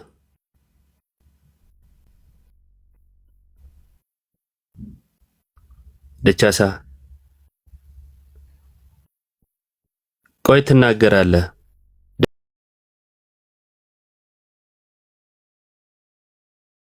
ወጣ ዋና ነጥብ ላይ ደርሰን ጥሩ ነገር ነው ባይዘው ያለው ኢየሱስ ማነው ዮሴፍ ለክርስቶስ የስጋ ዘመድ ነው ካለ ያበቃ ነበር ውይይቱ። ምክንያቱም በመጽሐፍ ቅዱሳችን ላይ ሰው ወደ ገዛ ዘመዱ ሊገባ አይችልም፣ ማለትም አፍረተ ስጋን አትቅለጥ ወደ ገዛ ዘመድ ላይ ይላል። ስለዚህ ላትስባት የላቸውም። ይኸው አንተ ራሱ እንዳለን ዮሴፍ የትውልድ ሐረጉ ሲነገር የክርስቶስ ዮሴፍ ላይ የቆመው እና የስጋ ዝምድና ማይኖር ከሆነ የኢየሱስ የትውልድ ሐረግ መባሉ ስህተት ይሆናል። ስለዚህ አይ የስጋ ዝምድናማ አላቸው አለ። በጣም ጥሩ። የስጋ ዝምድና ካላቸው በሙሴ መጽሐፍ ላይ በግልጽ እግዚአብሔር እንደተናገረን ሰው ወደ ገዛ ዘመዱ አይግባ፣ ዘመዱ ከዘመዱ ጋር በእንደዚህ በሩካቤ ምናምን ማለት ነው የለም ግንኙነት ይላል። ስለዚህ ማርያም ላትስባትና ከዮሴፍ ወልዳለች የሚለው ተረት ሆኖ ያበቃል ማለት ነው። የመጨረሻ ማርያም ከኢየሱስ በቀር ልጆች ሊኖራት የማይችልባቸው ምክንያቶች አሉ፣ ወይንም ደግሞ የላትም ብለን የምናምንበት እውነታ አለ ማለት ነው። ወንድማችን ልታወራ ፈልጋል? ቀጥልና እኔ መጨረሻ ላይ ሐሳብ እንትን እላለሁ። እግዚአብሔር ይስጥልኝ። እሺ ዮባይ። አዎ ቴንክ ዩ ዮ። ኦኬ ልቀጥል። ቆይ እስቲ መዳን በክርስቶስ ከየት ቤተ እምነት ነው? እኔ ፕሮቴስታንት ነኝ፣ ጴንጤ ነኝ እኮ። ከየት ፔንቴኮስታል ነህ? ሙሉ ወንጌል ምንድን ነህ? ፔንቴኮስታል ነኝ። እሺ እመቤታችን ቅድስት ድንግል ማርያም ዘላለማዊት ድንግል ናት? ዘላለማዊት ድንግል ኖ አይደለችም፣ በፍጹም። እሺ እንደዚህ ብሎ የሚያምን ቤተ እምነት ትክክል ነው? ምን ብሎ የሚያምን? እመቤታችን ከክርስቶስ ውጭ ሌላ ልጆች የሏትም ብሎ የሚያምን ምን አልከኝ? ይቅርታ። ከክርስቶስ ውጭ ሌሎች ልጆች የሏትም ብሎ የሚያምን ቤተ እምነት ትክክለኛ ቤተ እምነት ነው? አይ አንደኛ እንደዚህ የሚል ቤተ እምነት መጽሐፍ ቅዱሳዊ መሰረት ግራውንድ የለውም። መጀመሪያው ነገር ያ ነው። ሌላው ነገር ደግሞ መጽሐፍ ቅዱሳችን ቆይ ልግለጽልህ። ስምህን ንገረኝ። ቆይ ስምህን ንገረኝ። ስሜ አስፈላጊ ነው? አዎ በቃ ችግር የለም። ስም ምን ያስፈራል? ስምህ? አይ አያስፈራ፣ ምንም ችግር የለውም። ግን ሌላ ምሳሌ ልትሰጥ ይችላል። አይ ችግር የለም። አይ በስምም ምሳሌ ልሰጥ አይደለም፣ ማን ብዬ ልጥራህ ብዬ ነው። በዚሁ ፕሮፋይል ላይ ባለው ጥራኝ፣ ችግር የለውም። መዳም በለኝ። እሺ ሉተራውያን እንደዚህ ብሎ ያምናሉ። እንግሊዝኛ ትችላለህ ወይስ ላንብብልህ? ላንብብልህ ወይስ ምንድን? አንተ አንብብልኝ። ኦኬ እቺ ምልክት ያረካትን ነው አይደል? አዎ። Therefore she is truly the mother of God and nevertheless remained virgin, a virgin ማለት ነው። አንተ ያልከውን እኮ ይሄ አያረጋግጥም። ምንድነው ያልከው?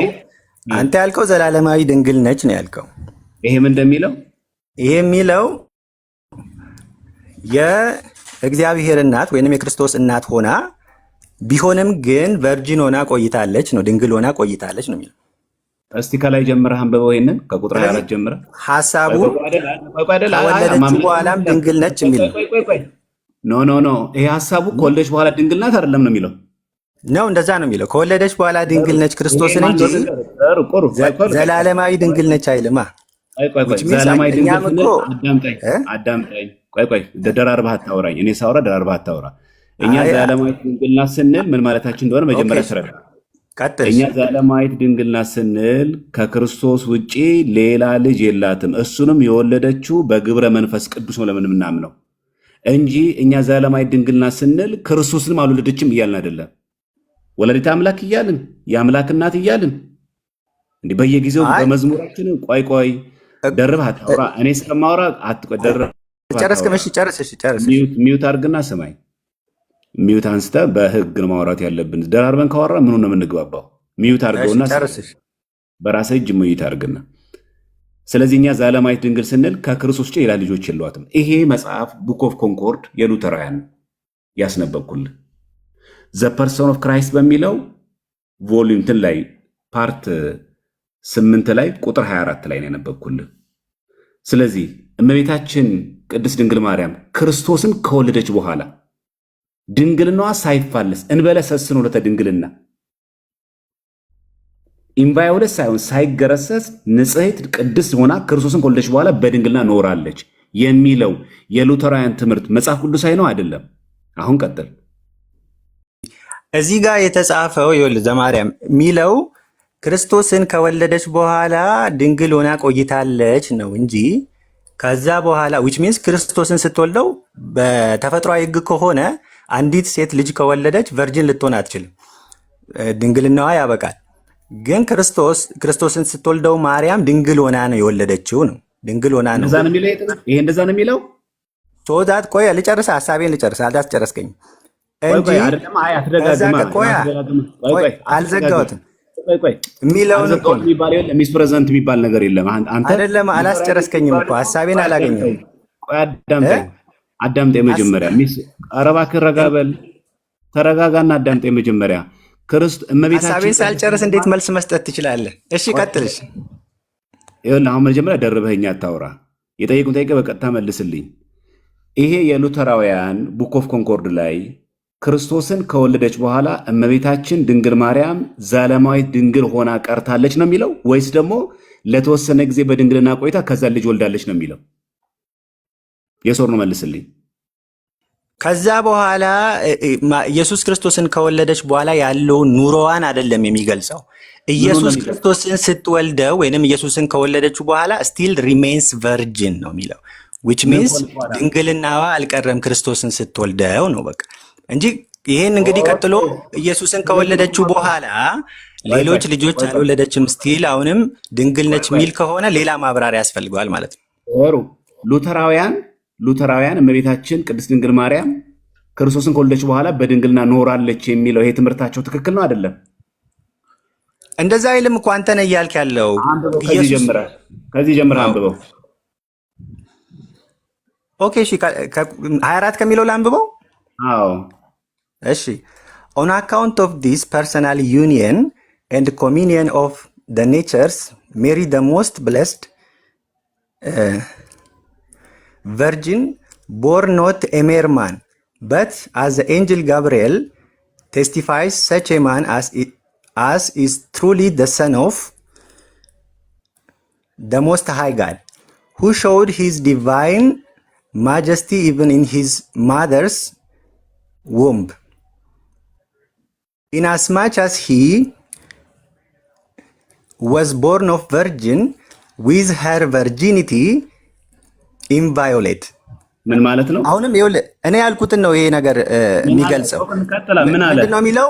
ኢየሱስ ክርስቶስን ስትወልደው it doesn't violate her virginity ነው, which means ቨርጂንነቷ አልቀረም ነው የሚለው። ከዛ ውጭ ግን ክርስቶስን ከወለደች በኋላ ዘላለማዊ ቨርጂን ናት የሚል ግን የለውም እዚህ ውስጥ።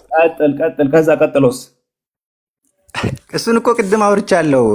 therefore she is truly the mother of God and nevertheless remain a virgin. እሺ therefore ማለት ምን ማለት ነው? ስለዚህ ማለት ነው። ስለዚህ ከዛ በኋላ ምን ሆነች? ክርስቶስን ከወለደች በኋላ ምን ሆነ ነው የሚለው ከዛ ጥቅሱ።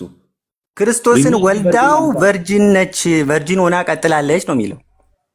እንዴ አንተ ሰውዬ ምን አይነት እንግሊዝኛ ነው አንተ የምታውቀው? ይኸውልህ አሁን አንተ ዘላለማዊ ቨርጂኒቲን ለማጽደቅ ይህንን ሀሳብ ወደ ራስህ እየጠመዘዝከው ነው እንጂ እኔ አይደለም እኮ እዚህ ጋር ያለው ሉተራውያን እንደዛ አያምኑም እንዴ? ቆይ ሉተራውያን አያምኑም እንደዛ? አይ ዶንት ኖ እኔ የሉተራውያንን ብሊፍ አላቅም እውነት ለመናገር። ስለዚህ ካላወቅ እንደዛ ነገር ቆይ አዳምጠኝ። ቆይ ካላወቅ ይሄንን ጽሁፉን ነው እየተረጎምኩልህ ያለሁት እንጂ የነሱ ብሊፍ እንደዛ ሊሆን ይችላል፣ እንደናንተ ሊሆን ይችላል፣ አላቅም። ተሳስተዋል አልተሳሳቱም? ይሄንን እኔም እቀበላለሁ፣ እኔም አልክድም። አይደለም እንደኛ ካመኑ ተሳስተዋል አልተሳሳቱም? ስህተት ነው። ባይብል እንደዛ አያስተምርም። በእርግጥ መጽሐፍ ቅዱስ ስለ ማርያም ዲስክራይብ የመግለጥ አጀንዳ አይደለም ያለው፣ ስለ ክርስቶስ ኢየሱስ ነው የሚያወራው አዲስ ኪዳን። ግን ኦን ዘ ዌይ ያረጀ አካሄድ አትሂድ፣ ያረጀ የፋራ አካሄድ አትሂድ። አሁን በሰለጠነበት ወጣት ሆነን ዝም ብለህ ርዕስ ሆነን ስለ ማርያም አይደለም ስለ ክርስቶስ አትበል። የተጠየቁ ጥያቄ በቀጥታ መልስልኝ። የጠየቁ ከርሱ እኮ አልወጣሁም። ከርሱ እሺ ቀጥል። ያስወራኝ አይደለም አልባሌ ቃል አትጠቀም። እሺ በቃ ቶ ይሄ ዝም ብሎ ክርስቶስን አምልክ፣ ከርሱ ውጭ አትውጣ። ኦኬ ቀጥል፣ ችግር የለውም። ሉተራውያን እንደኛ እመቤታችን ድንግል ማርያም ክርስቶስን ከወለደች በኋላ ድንግል ሆና ቀጥላለች ብሎ ማመናቸው ስህተት ነው? ይህ መጽሐፍ ቅዱሳዊ ነው ወይስ አይደለም ነው ጥያቄው። አሁንም እኮ ዘማርያም አልተስማማንም ትርጉሙ ላይ እንደዛ። ይኸውልህ ትርጉሙን እንደዚህ ብሎ ማመናቸው ስህተት ነው አይደለም? እኔ የምቀበለው ልንገርሽ ባጭሩ። እኔ ኢየሱስ ክርስቶስ አይደለም እኔ የምልህን ስማኝ። አሁን አላመኑም። አንተ እኮ እዚህ ጋር ይኸውልህ፣ አንድ ደቂቃ ስጠኝ። አንድ ደቂቃ ላውራ። ሉተራን ይገባሉ። አያምኑም ወይስ አያምኑም? የሚያምኑትን ልንገር። አንድ ደቂቃ ስጠኝ። ስለ ሉተራን ታውቃለህ እኮ እዚህ ላይ ያነበብኩትን ነው የምነግርህ። ያነበብኩትን እኮ በቃ ስለ ዝም በላት ላይ እኮ ስለ ሉተራን ታውቃለህ? የምታውቀውን ብቻ ማውራት ያለብህ። ስለ ሉተራን ታውቃለህ? ስለ ሉተራውያን መረጃ ሰጠኸኝ። ይህን መረጃ ነው የምነግርህ፣ ሌላ ነገር አይደለም። በጣም ጥሩ። ቆይ እሺ፣ አዳምጠኝ። አንድ ሰው ዘላለማዊት ድንግል ናት ብሎ ቢያስተምር እመቤታችን ከክርስቶስ ውጭ ሌላ ልጆች የለዋትም ብሎ ቢናገር ይህ መጽሐፍ ቅዱሳዊ ነው አይደለም? ዲስ ኢዝ ኖት ዘ ኮንሰርን ኦፍ ዘ ባይብል። ይሄ መጽሐፍ ቅዱሱ ሀሳብ አይደለም። ሲጀመር መጽሐፍ ቅዱስም እንደዛ አያስተምርም። ላሳይ ይችላለሁ። ቆይ ስለዚህ ይህ መጽሐፍ ቅዱሳዊ ነው? ኦፍ ኮርስ። ጥሩ። ለማርያም ቀን ሰጥቶ ማክበር ይህ መጽሐፍ ቅዱሳዊ ነው? ማክበር፣ ምስጋና፣ በመንፈስ ስግደት የሁሉ ለእግዚአብሔር ብቻ ነው፣ ለፍጡራን አይሰጥም። ለፍጡራን አይሰጥም? እርግጠኛ ነህ? አዎ በፍጹም አይሰጥም። እሺ ይሄ የሉተራውያን ቀን አከባበር ላይ ግን ርዕሱን ሺፍት ከማድረጋችን በፊት ግን እዚህ ላይ ብንቋጭ አላረኩም። እሱንም ፈታለሁ። እሱ ሁለቱንም አለቀ። ሁለቱንም እንይዘዋለን። የዘላለማዊ ድንግል ነው። ይሄንንም ነው አብሬ የምጠይቅህ። ኦገስት 15 ላይ የእመቤታችን የቅድስት ድንግል ማርያም ቀን ያከብራሉ። ተሳስተዋል? ምንድን ነው የሚያከብሩት? ኦገስት 16 ምን አውቃለሁ። ይሄ ኦገስት 15 ሴንት ሜሪ ማዘር ኦፍ አወር ሎርድ ይሎ ያከብራሉ። ሴንት ሜሪ እኔ ምንም መረጃው የለኝም እውነት ለመናገር። ቀን ሰጥቶ ግን ቅዱሳንን ማክበር መጽሐፍ ቅዱሳዊ ነው? ቀን ሰጥቶ በአዲስ ኪዳን ምንም አይነት በዓላትና ክብረ በዓላት እንኳን በአዲስ ኪዳን የተጻፈ በመጽሐፍ ቅዱሳችን የለም። ቀን ቆጥሮ በወር በማቻ ምናምን እንዲህ አይነት በዓል ማክበር መንፈሳዊነት አይደለም ይላል መጽሐፍ ቅዱስ። ጥሩ። ስለዚህ እነዚህ ጣዖት አምላኪያን ናቸው እንደዚህ የሚያደርጉ ሰዎች። እኔ ይህን ቀን በመስጠታቸው ጣዖት አምላኪ አላልኩም፣ ቀን በመስጠታቸው ነገር ግን ነው አይደለም። ምን ቀን ሰጥቶ ይሄው ልጨምርልህ። ለምሳሌ ተመልከተው እዚህ ጋር የሚታይ ከሆነ በየወሩ ያለው ማለት ነው። ለምሳሌ እዚህ ጋር ስትመለከት የሐዋርያው ቶማስ ቀን ዲሴምበር 21፣ ከዛ በ26 ደግሞ የሰማዕቱ እስጢፋኖስ ቀን ብሎ ያከብራሉ። ፕላስ በጣም የሚገርም ነገር እዚህ ጋር ተመልከተው ኦገስት 15 የእመቤታችን ብለው ሴፕቴምበር 14 ደግሞ የቅዱስ መስቀሉ ቀን ብለው ያከብራሉ። ከዛ ደግሞ ሴፕቴምበር 29 የቅዱስ ሚካኤልና የሁሉም መላእክት ቀን ሴንት ሚካኤል ኤንድ ኦል ኤንጅልስ ነው የሚለው። ቀን ሰጥቶ ቅዱሳንን ማክበር መጽሐፍ ቅዱሳዊ ነው አይደለም? ማክበር አሁን ይኸውልህ እኔ አይ ዶንት ኖ ዴር ሞቲቭ የነሱ ሞቲቭ አላቅም። ነገር ግን ቅዱሳንን ማክበር፣ ማመስገን፣ ለነሱ መዘመር፣ ወደ እነሱ መጸለይ። ቆይ አንዴ አይደለም አዳምጠኝ። ቆይ ሌላ ቦታ አትሂድ። እነሱ አሁን ይህንን ስላደረጉ ሚስፕሬዘንት አታር። ይህን ስላደረጉ እነሱ ጣዖት አላመለኩም። እኔ ጣዖት አመለኩ አላልኩም። ወይ ደግሞ እነሱ እንደዚህ ቀን ሰጥቶ ሲያከብሩ እያመለኩን አላልኩም። ለምሳሌ የቅዱስ እንድሪያስን ቀን ይሄ እንደምታየው ኖቨምበር 30 ሲያከብሩ እያመለኩት ነው አላልኩም። እኔም አላልኩም እነሱም አላሉ። ባላሉት ነገር ጉዳይ ላይ ሌላ ስም መስጠት አይገባም። ጥያቄያችን ግን ምንድን ነው? ቀን ሰጥቶ ግን በዚህን ቀን ሐዋርያው እንድሪያስ ነው፣ በዚህን ቀን ሐዋርያው ታዲዮስ ነው፣ በዚህን ቀን ዮሐንስ ወንጌላዊ ነው። ዲሴምበር 27 እንደምትመለከተው በዚህን ቀን ደግሞ የእመቤታችን ቀን ነው ብሎ ማክበር ግን ከመጽሐፍ ቅዱስ ላይ ያልተሰፈረ ሉተራውያን ያውም የፕሮቴስታንት ወገኖች እንዲህ ሲያከብሩ ከመጽሐፍ ቅዱስ ወጥቷል ወይስ አልወጡም? ማክበራቸው ትክክል አይደለም። እኔ አልቀበሉ። ከመጽሐፍ ቅዱስ ወጥተዋል። ባይብሊካል አይደለም። ባይብሊካሊ ቀን ሰጥተህ እንድታከብር እንድታመልክ የሚፈቅድልህ ምንም ነገር የለም። ግን አንድ ነገር ማለት ነው ወሳኙ ነገር ብዬ ማስበውን ልንገርህ። በጣም ወሳኙ ነገር እንዴት ነው የሚያከብሩት የሚለው ነገር ነው።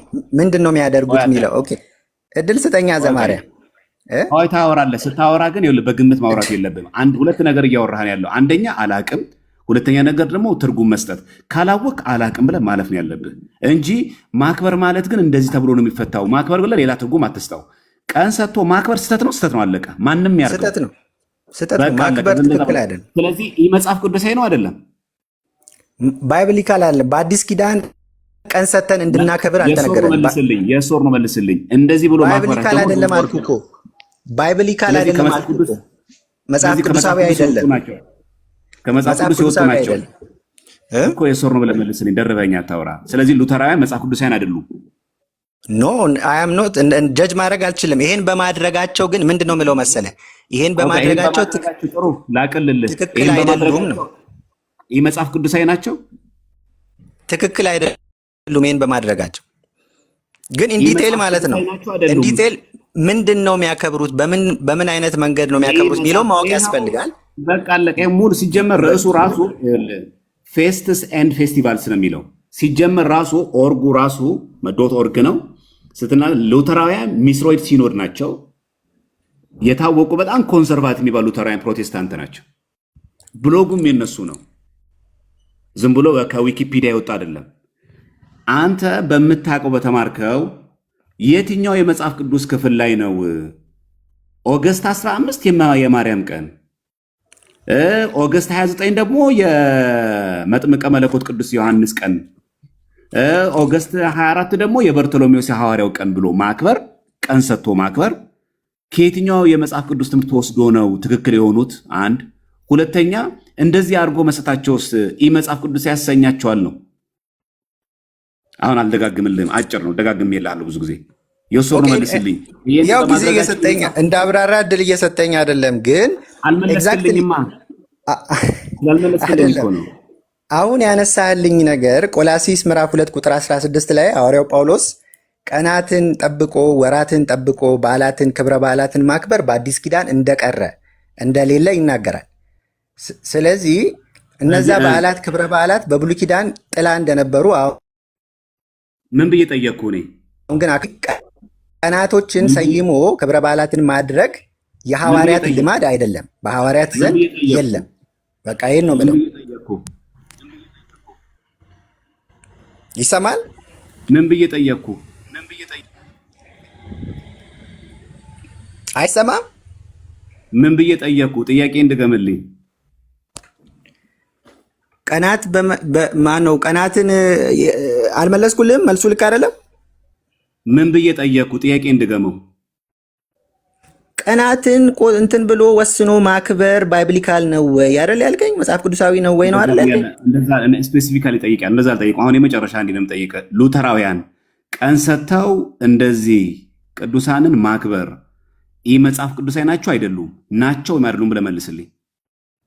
ተግባሩን ነው የምልህ። ተግባሩን ናቸው ወይስ አይደሉም? የሰው ነው ጥያቄው። የሰው ነው ጥያቄ። የመጨረሻ አንተ የምታስበውን ልል አልችልማ ዘማርያም። እኔ የምለው እኮ በራሴ መንገድ ነው እነሱ ልተች የምችለው። ይሄ ተግባራቸው መጽሐፍ ቅዱሳዊ ነው አይደለም እኮ። መጽሐፍ ቅዱሳዊ አይደለም አልኩህ። አይደለም አልኩህ። ስለዚህ በአንተ ወንድማችን ትምህርት መሰል ሉተራውያን እንደዚህ ቀን ሰጥተው የሐዋርያው ታዲዮስ ቀን፣ የሐዋርያው በርቶሎሜዎስ ቀን፣ የማርያም ቀን ብሎ ማክበራቸው ከመጽሐፍ ቅዱስ የወጡ ናቸው። ይሄ ነው ማጠቃለያ። ምንም ጥያቄ የለው። ይሄ ተግባራቸው ባይብሊካል አይደለም። ይሄ ተግባራቸው ዮሐዴ እንዴት ነው? ዮሐን እንኳን ደህና መጣ። ኦኬ፣ ቅድም እንትን ባልከው ላይ ሪፍሌክት ላድርግ የተወሰነ። እንዴት ነው ዮሐዴ? ደህና ነህ ወይ? እግዚአብሔር ይመስገን፣ ሁሉ ሰላም ዲያቆን። እግዚአብሔር ይመስገን ደህና ነኝ። ይመቻል ያለህበት? ይመቸኛል። እስቲ ትንሽ ቀጥል እስቲ ከወንድማችን ጋር። ቅድም ስቴት ያረካቸው ነገሮች ላይ ጥያቄ ልጠይቅ። የዮሐድ ጋር ትቀጥላለህ አይቀርም። አንተ ያወራሃቸው ነገሮች አሉና እዛ ላይ የሆነ አስተያየት እዛ ላይ ልጠይቅ። ልትመልስልኝ ለምንድን ነው እየጮህ ያለው? ቆይ ዮሐድ አንዴ ጠብቀኝ። ቆይ ዮሐድ አንዴ አንተ ራስህ ተረጋጋና ቆይ አንዴ።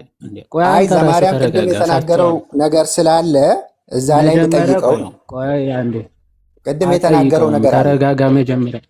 ተረጋግቻለሁ። ቤቴ ቁጭ ብዬ ነው ያለው።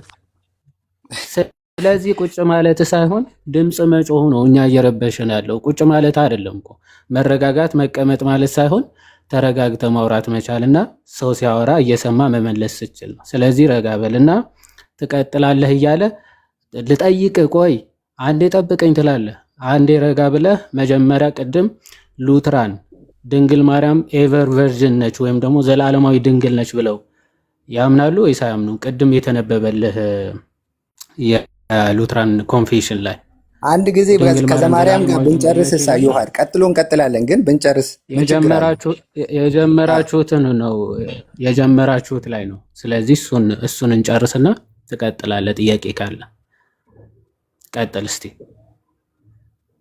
ማይክን ክፈትና ከርዕስ ወደ ርዕስ መዝለሉ ለአድማጩም ብዙ ትምህርት አይሰጥም። ግን ቅድም የተነሳ እንትን አለና እዛ ላይ ጥያቄዎችን ላንሳና እንቋጨው። ቅድም ያወራው ነገር አለ ዘማርያም፣ እዛ ላይ እንቋጨው። ስለ ማርያም ድንግልና ማለት ነው። እንጨርሰው። ተረጋጋ። አሁንም እየጮክ ነው። የጀመርከውን ነው እንጨርሰው እየተባልክ አለ። እየሸሸ ነው ማለት ነው ከሉትራን። ቅድም ሉትራኖች መግለጫቸው ሲከፈት ድንግል ማርያም ዘላለማዊ ድንግል ነች አይልም እያልክ ነበረ አይደል? ሉትራኖች ዘላለማዊ ድንግል ነች ብለው ያምናሉ ወይስ አያምኑ? መልስ። እናንተን ማስገደድ አልችልም፣ ግን ብንቋጨው ርዕሱን ጥሩ ነበረ። እሺ ብትሉ ማለት ነው አድማጭም እንዲረዳ። ያው የጀመርከውን ቋጨው እያልኩ ነው። 30 ጊዜ አታስደጋግመን እባክህ። ዘላለማዊ ድንግል ነች ብለው ያምናሉ ወይስ አያምኑ? አላቅም መልስ። አላቅም። አታቅም። አንዴ ዲያቆን ትልቁ ላይ አንዴ ከፍ አድርገኝ። ተምረህ ትወጣለህ። ምን ችግር አለው? ምንም ችግር የለውም። አሳይ። እሺ ቡክ ኦፍ ኮንኮርድ ስማል ካልድ አርቲክል የሚባል አላቸው። ቡክ ኦፍ ኮንኮርድ ላይ ስማል ካልድ አርቲክል 1 ሴክሽን ወይም ደግሞ ፓርት 4 ላይ ከዚህ ጀምሮ እስቲ አንብብልን። ብዥ ብሏል በል ይታያል። ቆይ እስቲ አንዴ አረጋ አድርገው እስቲ ትንሽ እስቲ ካሜራውን። እሺ እሺ እንዴ ምን ተፈጥሮ ነው? ኔትወርኩ ነው ወይ ስክሪኑ ኔትወርክ ይሆን እንዴ? አይ ስካይን ቆንጆ ነው። ይሄ ችግር የለም።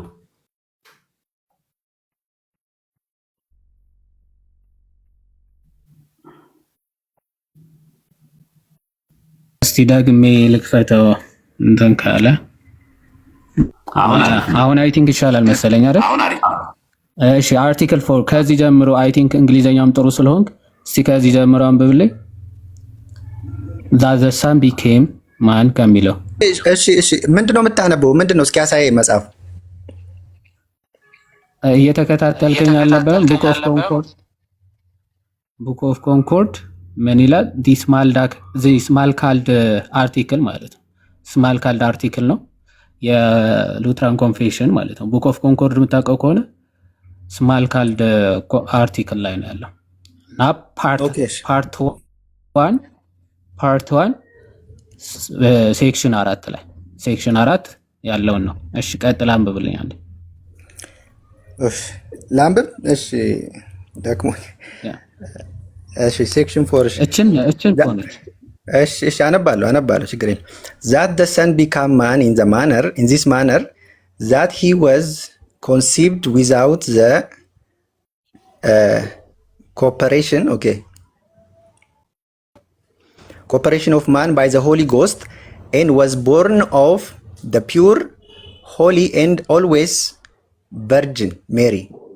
Okay, which means in bracket and always virgin Mary ይላል። ኦኬ ልቀጥለው ወይስ? አይ ተርጉሙ። አሁን ያ ምንድነው የሚለው እዚህ ጋር ያለችው የመጨረሻዋ ቨርስ በቅንፍ ውስጥ ያስቀመጠው ኦልዌይስ ቨርጅን ሜሪ የሚለው ማርያም ሁል ጊዜ ድንግል ነች የሚል ነው። አይዋ ኤልዌይስ ማለት ኤቨር ማለት ነው አይደል? ኦልዌይስ እንግዲህ ማለታቸው እናንተ እንደምታምኑት ሊሆን ይችላል። ሜቢ ሁልጊዜ ማለት ነው። ኦልዌይስ ሁልጊዜ ማለት ነው። ኦኬ ፈርዘር የከሉተር ከራሱ ጽሁፍ ላምጣል። ቀጥታ ሌሎች ልጆች አልወለደችም የሚል ማለት ነው። ሴርሞን ሴርሞን ኦን ጆን 12 የሚል ጽሁፍ አለው ወይም ደግሞ ስብከት ማለት ነው።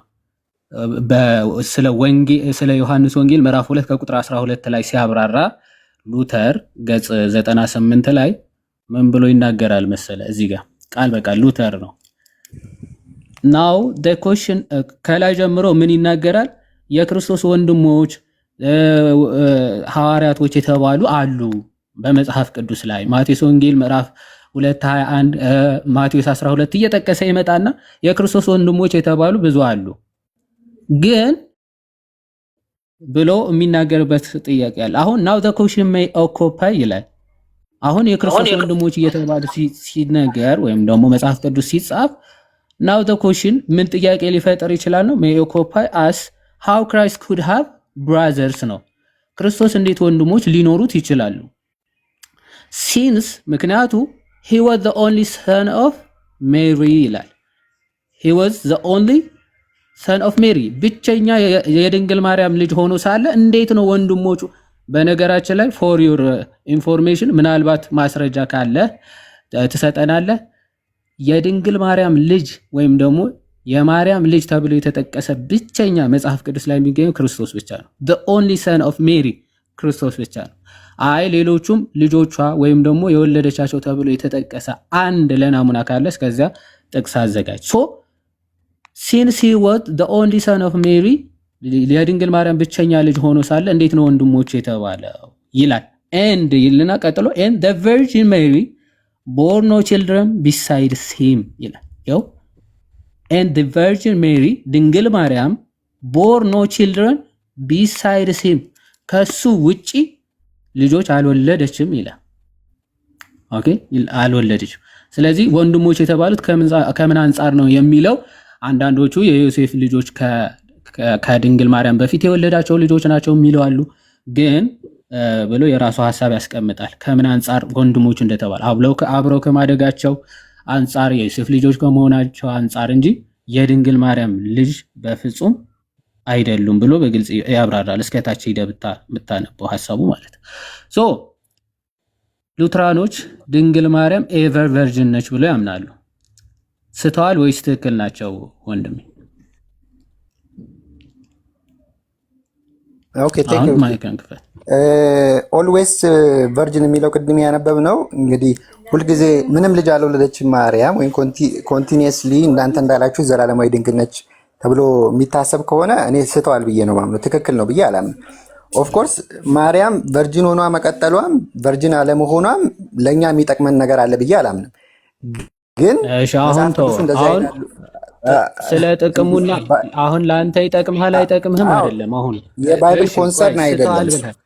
ቆይ አንተ ስለ የባይብል ኮንሰርኑ አንተ አይደለም የምትነግረን፣ ወይም ደግሞ ለአንተ ለብቻ ይኸውላችሁ የባይብል ኮንሰርኑ ይሄ ነው ተብሎ አልተነገረም። ለዛ ከሆነ እኔማ እነግርሃለሁ፣ የመጽሐፉ ባለቤት እኔ ነኝ፣ እነግርሃለሁ። እንዴት እንደምነግር በኋላ ርዕሱን ሽፍት አታርገውና፣ እሺ።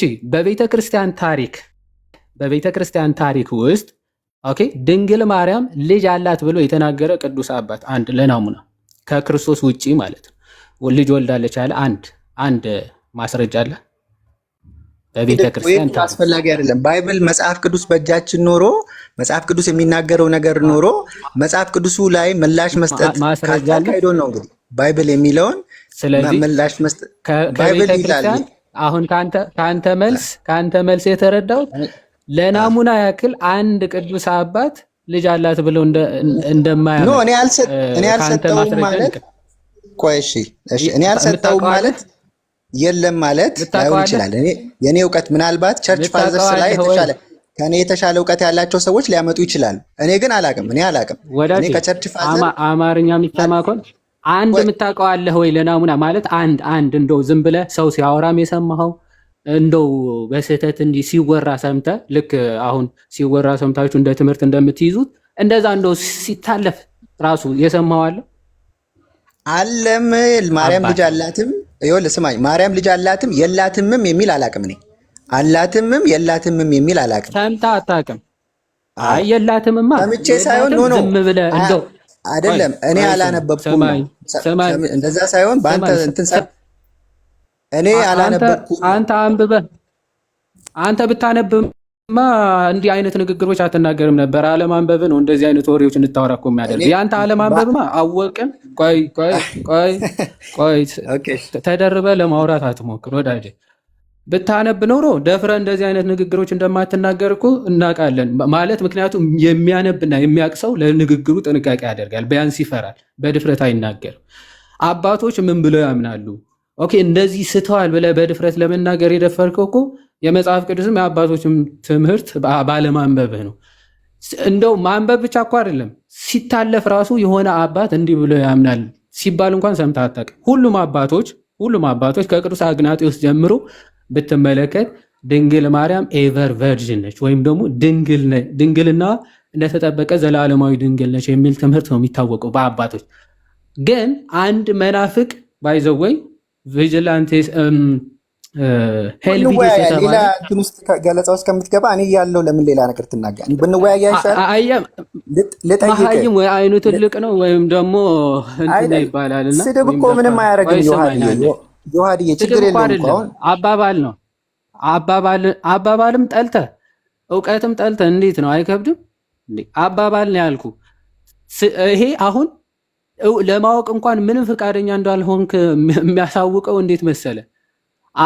ማለት በታሪክ ይሄንን ሄሬሲ ያነሳውን አባት ስትባል አባት ተነካ መሰለ እሪ ማለት ጀመር። ሄልቪዴስ የተባለ መናፍቅ ነው ይህን ትምህርት ለመጀመሪያ ጊዜ ያነሳው።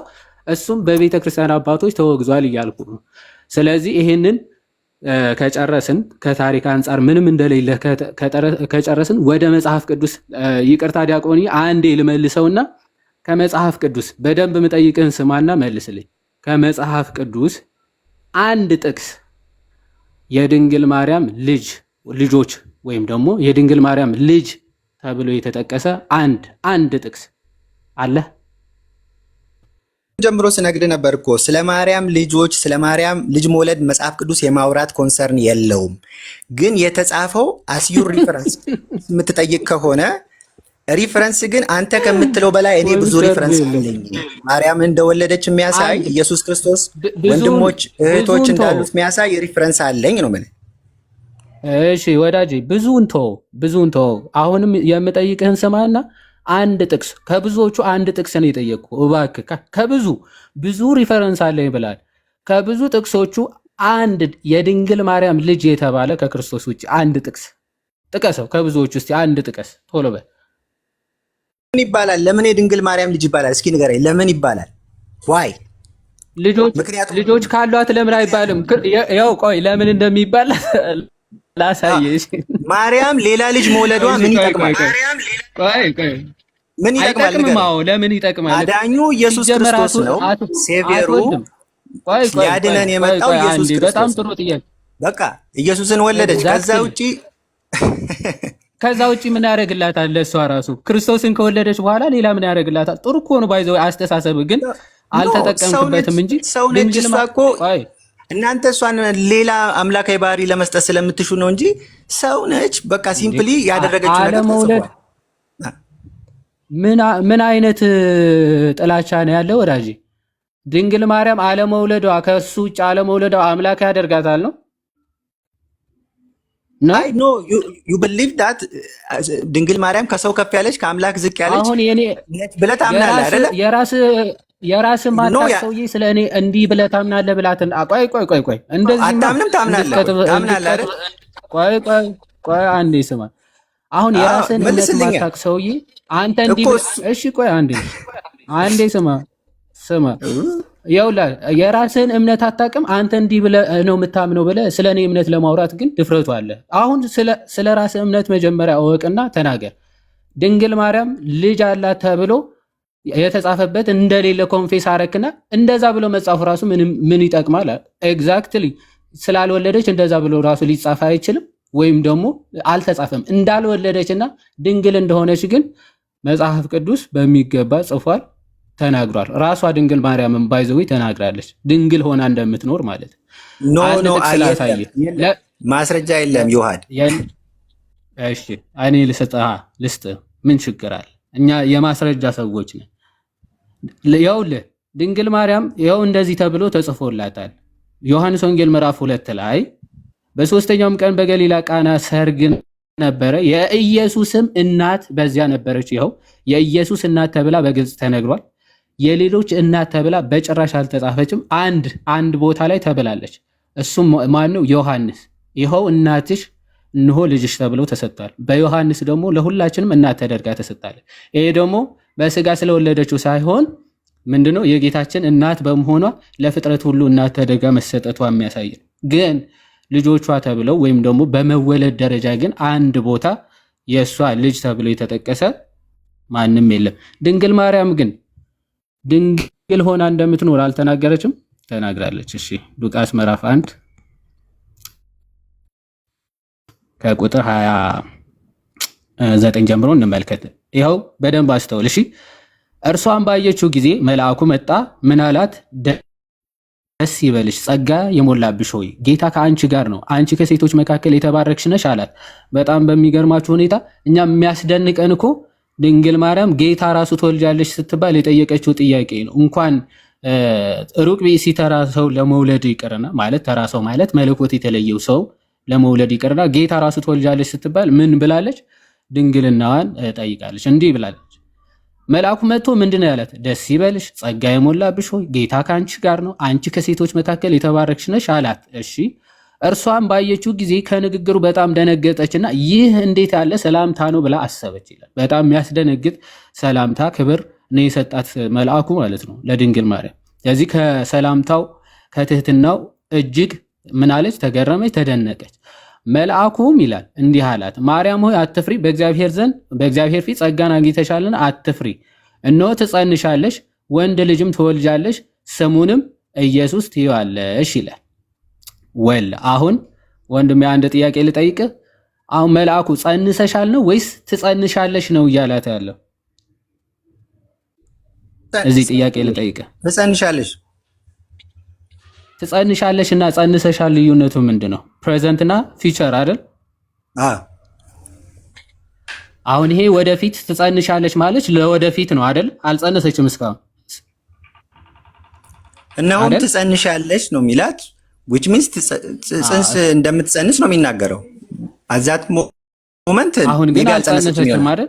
ሜቢ አሁን እንደዛ ነው ሊሆን ይችላል። አልጸነሰችም ይሆን? አልጸነሰችም ይሆናል። ብትጸንስ ጸንሰሻል ነው የሚላት ወይስ ትጸንሻለች? ትጸንሻለች ነው። አልጸነሰችም። እሺ ቴንክ ዩ። አይ እየተግባባን ለመሄድ ነው። በዚህ ሰዓት ግን ለዮሴፍ እጮኛ ነበረች ወይስ አልነበረችም? ወንድሜ ነበረች። እስኪ ማቴዎስ ላይ ነው የምታነበው? ምን ላይ ነው የምታነበው? አይ ሉቃስ ላይ ነው። እሺ ከፍ ብዬ ላሳይ እችላለሁ። እሺ ከፍ ብዬ ላሳይ። በስድስተኛው ወር መልአኩ ገብርኤል ናዝሬት ወደምትባል ወደ ገሊላ ከተማ ከዳዊት ወገን ለሆነው ዮሴፍ ለሚባል ሰው ወደ ታጨች ወደምትታጭ ሳይሆን ኦልሬዲ ለዮሴፍ ታጭታለች ኦልሬዲ ማለት ነው። ስለዚህ መጥቶ ትጸንሻለች፣ ወንድ ልጅም ትወልጃለች፣ ስሙንም ኢየሱስ ትይዋለሽ ብሎ ሲነግራት ምን ብላ ነው የመለሰችው? እርሱ ታላቅ የሆነ ምን ብሎ ተናገራት? የምትወልጁ ምንድነው? ወንድ ልጅ ትወልጃለች፣ ስሙንም ኢየሱስ ትይዋለሽ አላትና እርሱ ታላቅ ይሆናል፣ የልዑል ልጅም ይባላል። ጌታ አምላክም የአባቱን የዳዊትን ዙፋን ይሰጠዋል፣ በያዕቆብ ቤትም ላይ ለዘላለም ይነግሳል፣ ለመንግስቱ መጨረሻ የለውም ማለት። አሁን እየነገራት ያለው ልጅ ምን አይነት ነው? የልዑል ልጅ የሆነ መንግስቱ ፍጻሜ የሌለው በያዕቆብና በያዕቆብ ቤት ለዘላለሙ የሚነግስ ልጅን ትወልጃለሽ እያላት ነው። አሁን የታጨች ሴት እንዲህ ተብላ ለወደፊት ትወልጃለሽ ብትባል ከወንድ ጋር ሩካቤ ለማድረግ ያላት ሐሳብ ያላት ሴት ወይም ደግሞ ለታጨች ሴት መቼ ነው ማለት ያለባት? እንዴት ሊሆን ይችላል ነው ማለት ያለባት? ወንድሜ መልስልኝ። መቼ ነው ማለት ያለባት? እንዴት ይሆናል? ወንድ ስለማላውቅ እንዴት ይሆናል እኮ ነው ያለችው። ወንድ ስለማላውቅ እንዴት ሊሆን ይችላል? ኤግዛክትሊ። ለታጨች ሴት ትጸንሻለች ስትባል መቼ ነው ማለት ያለባት? ማለት እንደዚህ አይነት ሐሳብ ካላት መቼ ነው ማለት ያለባት? ወይስ ወንድ ስለማላውቅ እንዴት ሊሆን ይችላል ነው ማለት ያለባት? ጸንሰሻል አይደለም ያላት፣ ትጸንሻለች ነው። ጸንሰሻል ቢሆን እንዴ ከወንድ ጋር ሳልገናኝ ልትል ትችላለች። ምክንያቱ እኔ እኮ ወንድ አላውቅም ልትል። ይሄ ግን ፊቸርም ጭምር ነው። ስለማላውቅ ነው ያለችው ድንግል፣ ስለማላውቅ እንጂ ስላላወቅኩኝ አይደለም። ስለማላውቅ የሚለው ፊቸርን ነው የሚያሳየው። ለወደፊትም ከወንድ ጋር ሳልገናኝ እንዴት ልጅ ይኖረኛል ብላ ነው የጠየቀችው አይደል? አንዲት ሴት ታጭታ እንኳን ታጭታ ይቅርና ሳትታጭ ለማግባት እቅዱና ሐሳቡ ያላት ሴት ወንድ ትወልጃለች ስትባል በብስራት በትንቢት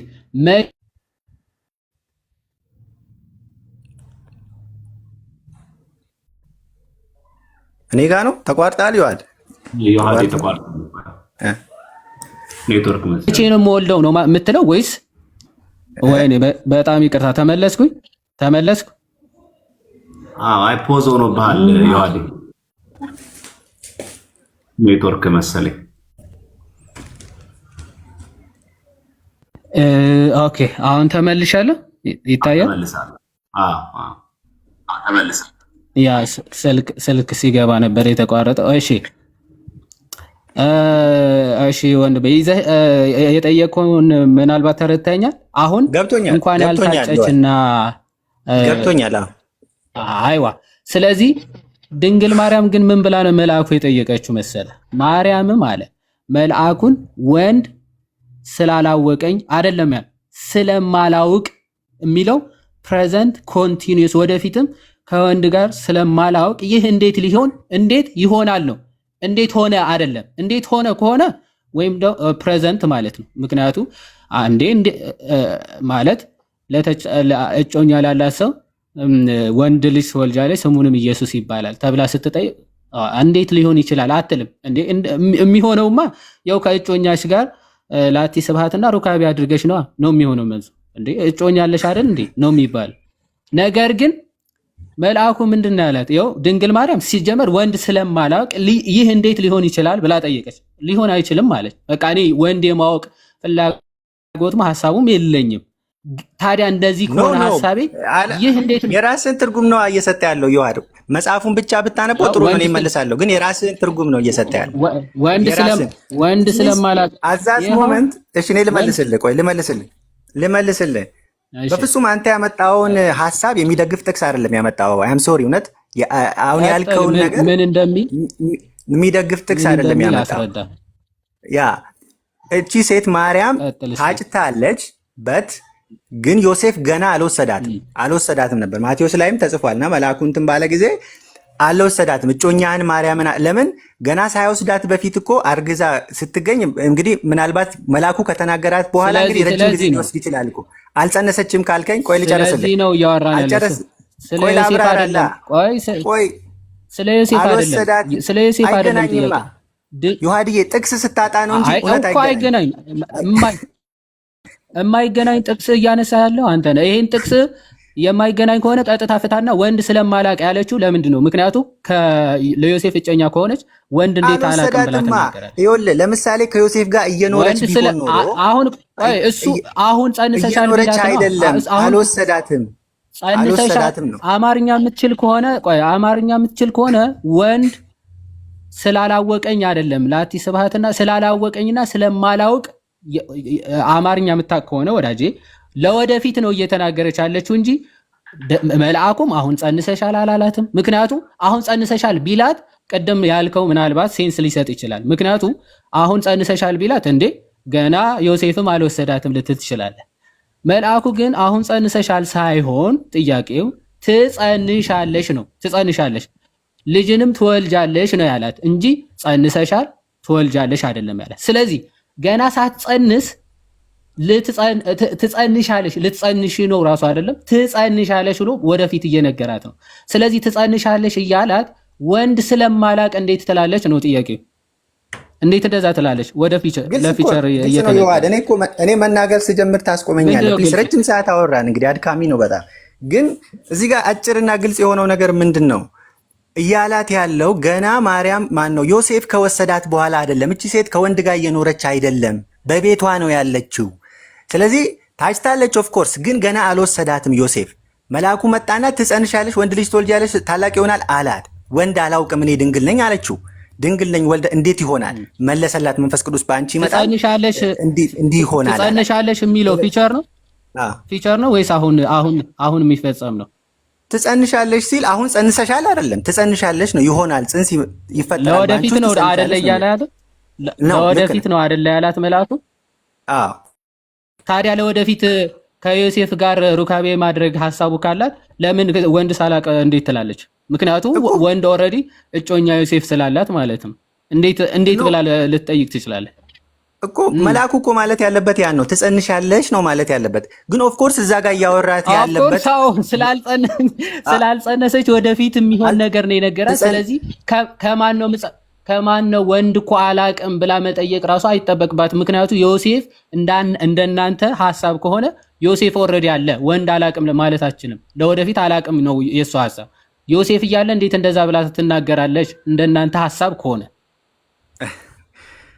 አይዶ ነው እንግዲህ በምን መንገድ እንዳሰብኩ አይደለም። በፍጹም አይገናኝም እኮ ነገርኩህ እኮ ዮሴፍ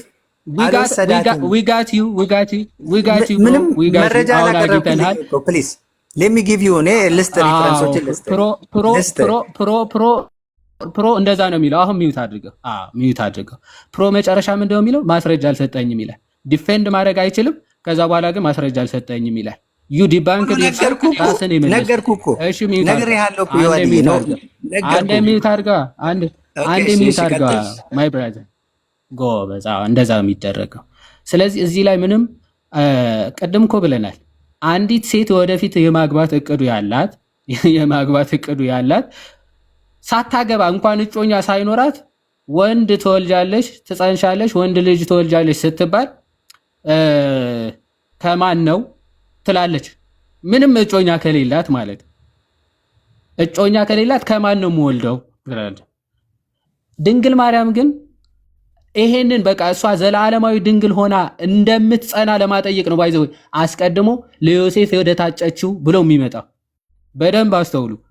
ይሄንን የረከሰ ሐሳብ አክቹአሊ ጋብቻ የረከሰ ሆኖ አይደለም። ድንግል ማርያም ግን በሐሳቧ የሌለውን ነገር ለማስገባት የሚሞክር ሐሳብ እሱ የመናፍቅ ሐሳብ ስለሆነ ማለት ያንን ለማጥራት አስቀድሞ ለዮሴፍ ወደ ታጨችው። አንድ ጥያቄ ልጠይቅህ። ዶንት ፓኒክ ፕሊስ ኖ እኔ ፓኒክ አይደለሁም እኮ መሀል ምንድን ነው ላይ አትግባ። ያለችው? ስለዚህ ካልሆንክ ሚዩት አድርገህ ስማ። ኧረ ፕሊስ ፓኒክ ካልሆንክ ሚዩት አድርግና አዳምጥ። ፓኒክ ካልሆንኩም ማለት እኮ አያድንህም ፓኒክ ከመሆን። ስለዚህ ስትሰማ ነው መረጋጋትን የምናውቀው። ከዛ በኋላ ወረደና ትጸንሻለሽ ወንድ ልጅም ትወልጃለሽ እያላት ወንድ እኮ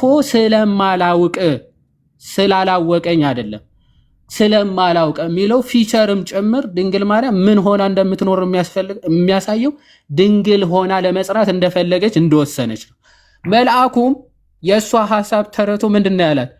አረ ያው ዮሴፍ እኮ ምን ከእሱ ጋር ተጋብተሽ ለመውለድ አለ የታጨሽው አላላትም። ባይዘው አይ ልክ ነሽ፣ አዎ ከወንድ እኮ የሚሆን አይደለም፣ ጽንሱም ልጁም ከወንድ የሚሆን አይደለም። አዎ ፈቃድሽን ሀሳብሽን የሚጥስ የሚያፈርስ ግብር አይደለም አላት። ምንድነው ያላት? መልአኩም መልሶ እንዲህ አላት፣ መንፈስ ቅዱስ በአንቺ ላይ ይመጣል፣ የልዑል ኃይልም ይጸልልሻል።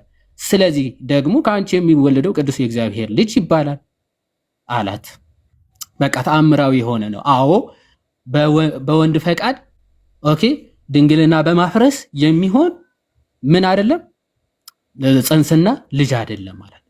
በመንፈስ ቅዱስ የሆነ ልዑል ኃይል ይጸልልሻል፣ መንፈስ ቅዱስ በአንቺ ላይ ይመጣል። ምን ይሄንን ድንግልናዋ ጸንቶ እንዲኖር ድንግልናዋ ሳይፈርስ ልዑሉን የእግዚአብሔር ልጅ እንድትወልድ የሚያደርጋት ይህ መንፈስ ቅዱስ ስለሆነ ምን አላት? አዎ ልክ ነሽ፣ ነገር ግን ምን በማህተመ ድንግልና ሳይፈርስ የሚሆን ነው አላት። አጸናለ። ባይዘው ቅዱስ አውግስትን ሴርሞኑ ላይ በግልጽ ነው ይህን ክፍል ይጠቅስና ከኔ ጋር አውራ ዮሐድ እያስተማርክ እኮ ነው። እኔ እያለሁ እያስተማርክ ነው። ተማር። ትምህርት ቆይ ማርያም፣ እኔ ወንድ ስለማላውቅ እሺ፣ እስቲ ቆይ፣ እሺ፣ ይቅርታ ዲያቆኒ ጠይቅና በቃ ዲያቆኒ መልሱልህ። በጣም ተጨንቀሃል። ስፒሪቱ ነው መሰለህ። እሺ፣ እስቲ ጠይቅና ዲያቆኒ መልሱልህ። ጠይቅ፣ ክፈት ማይክ። እኔ አልተጨነኩም። አንተ አሁን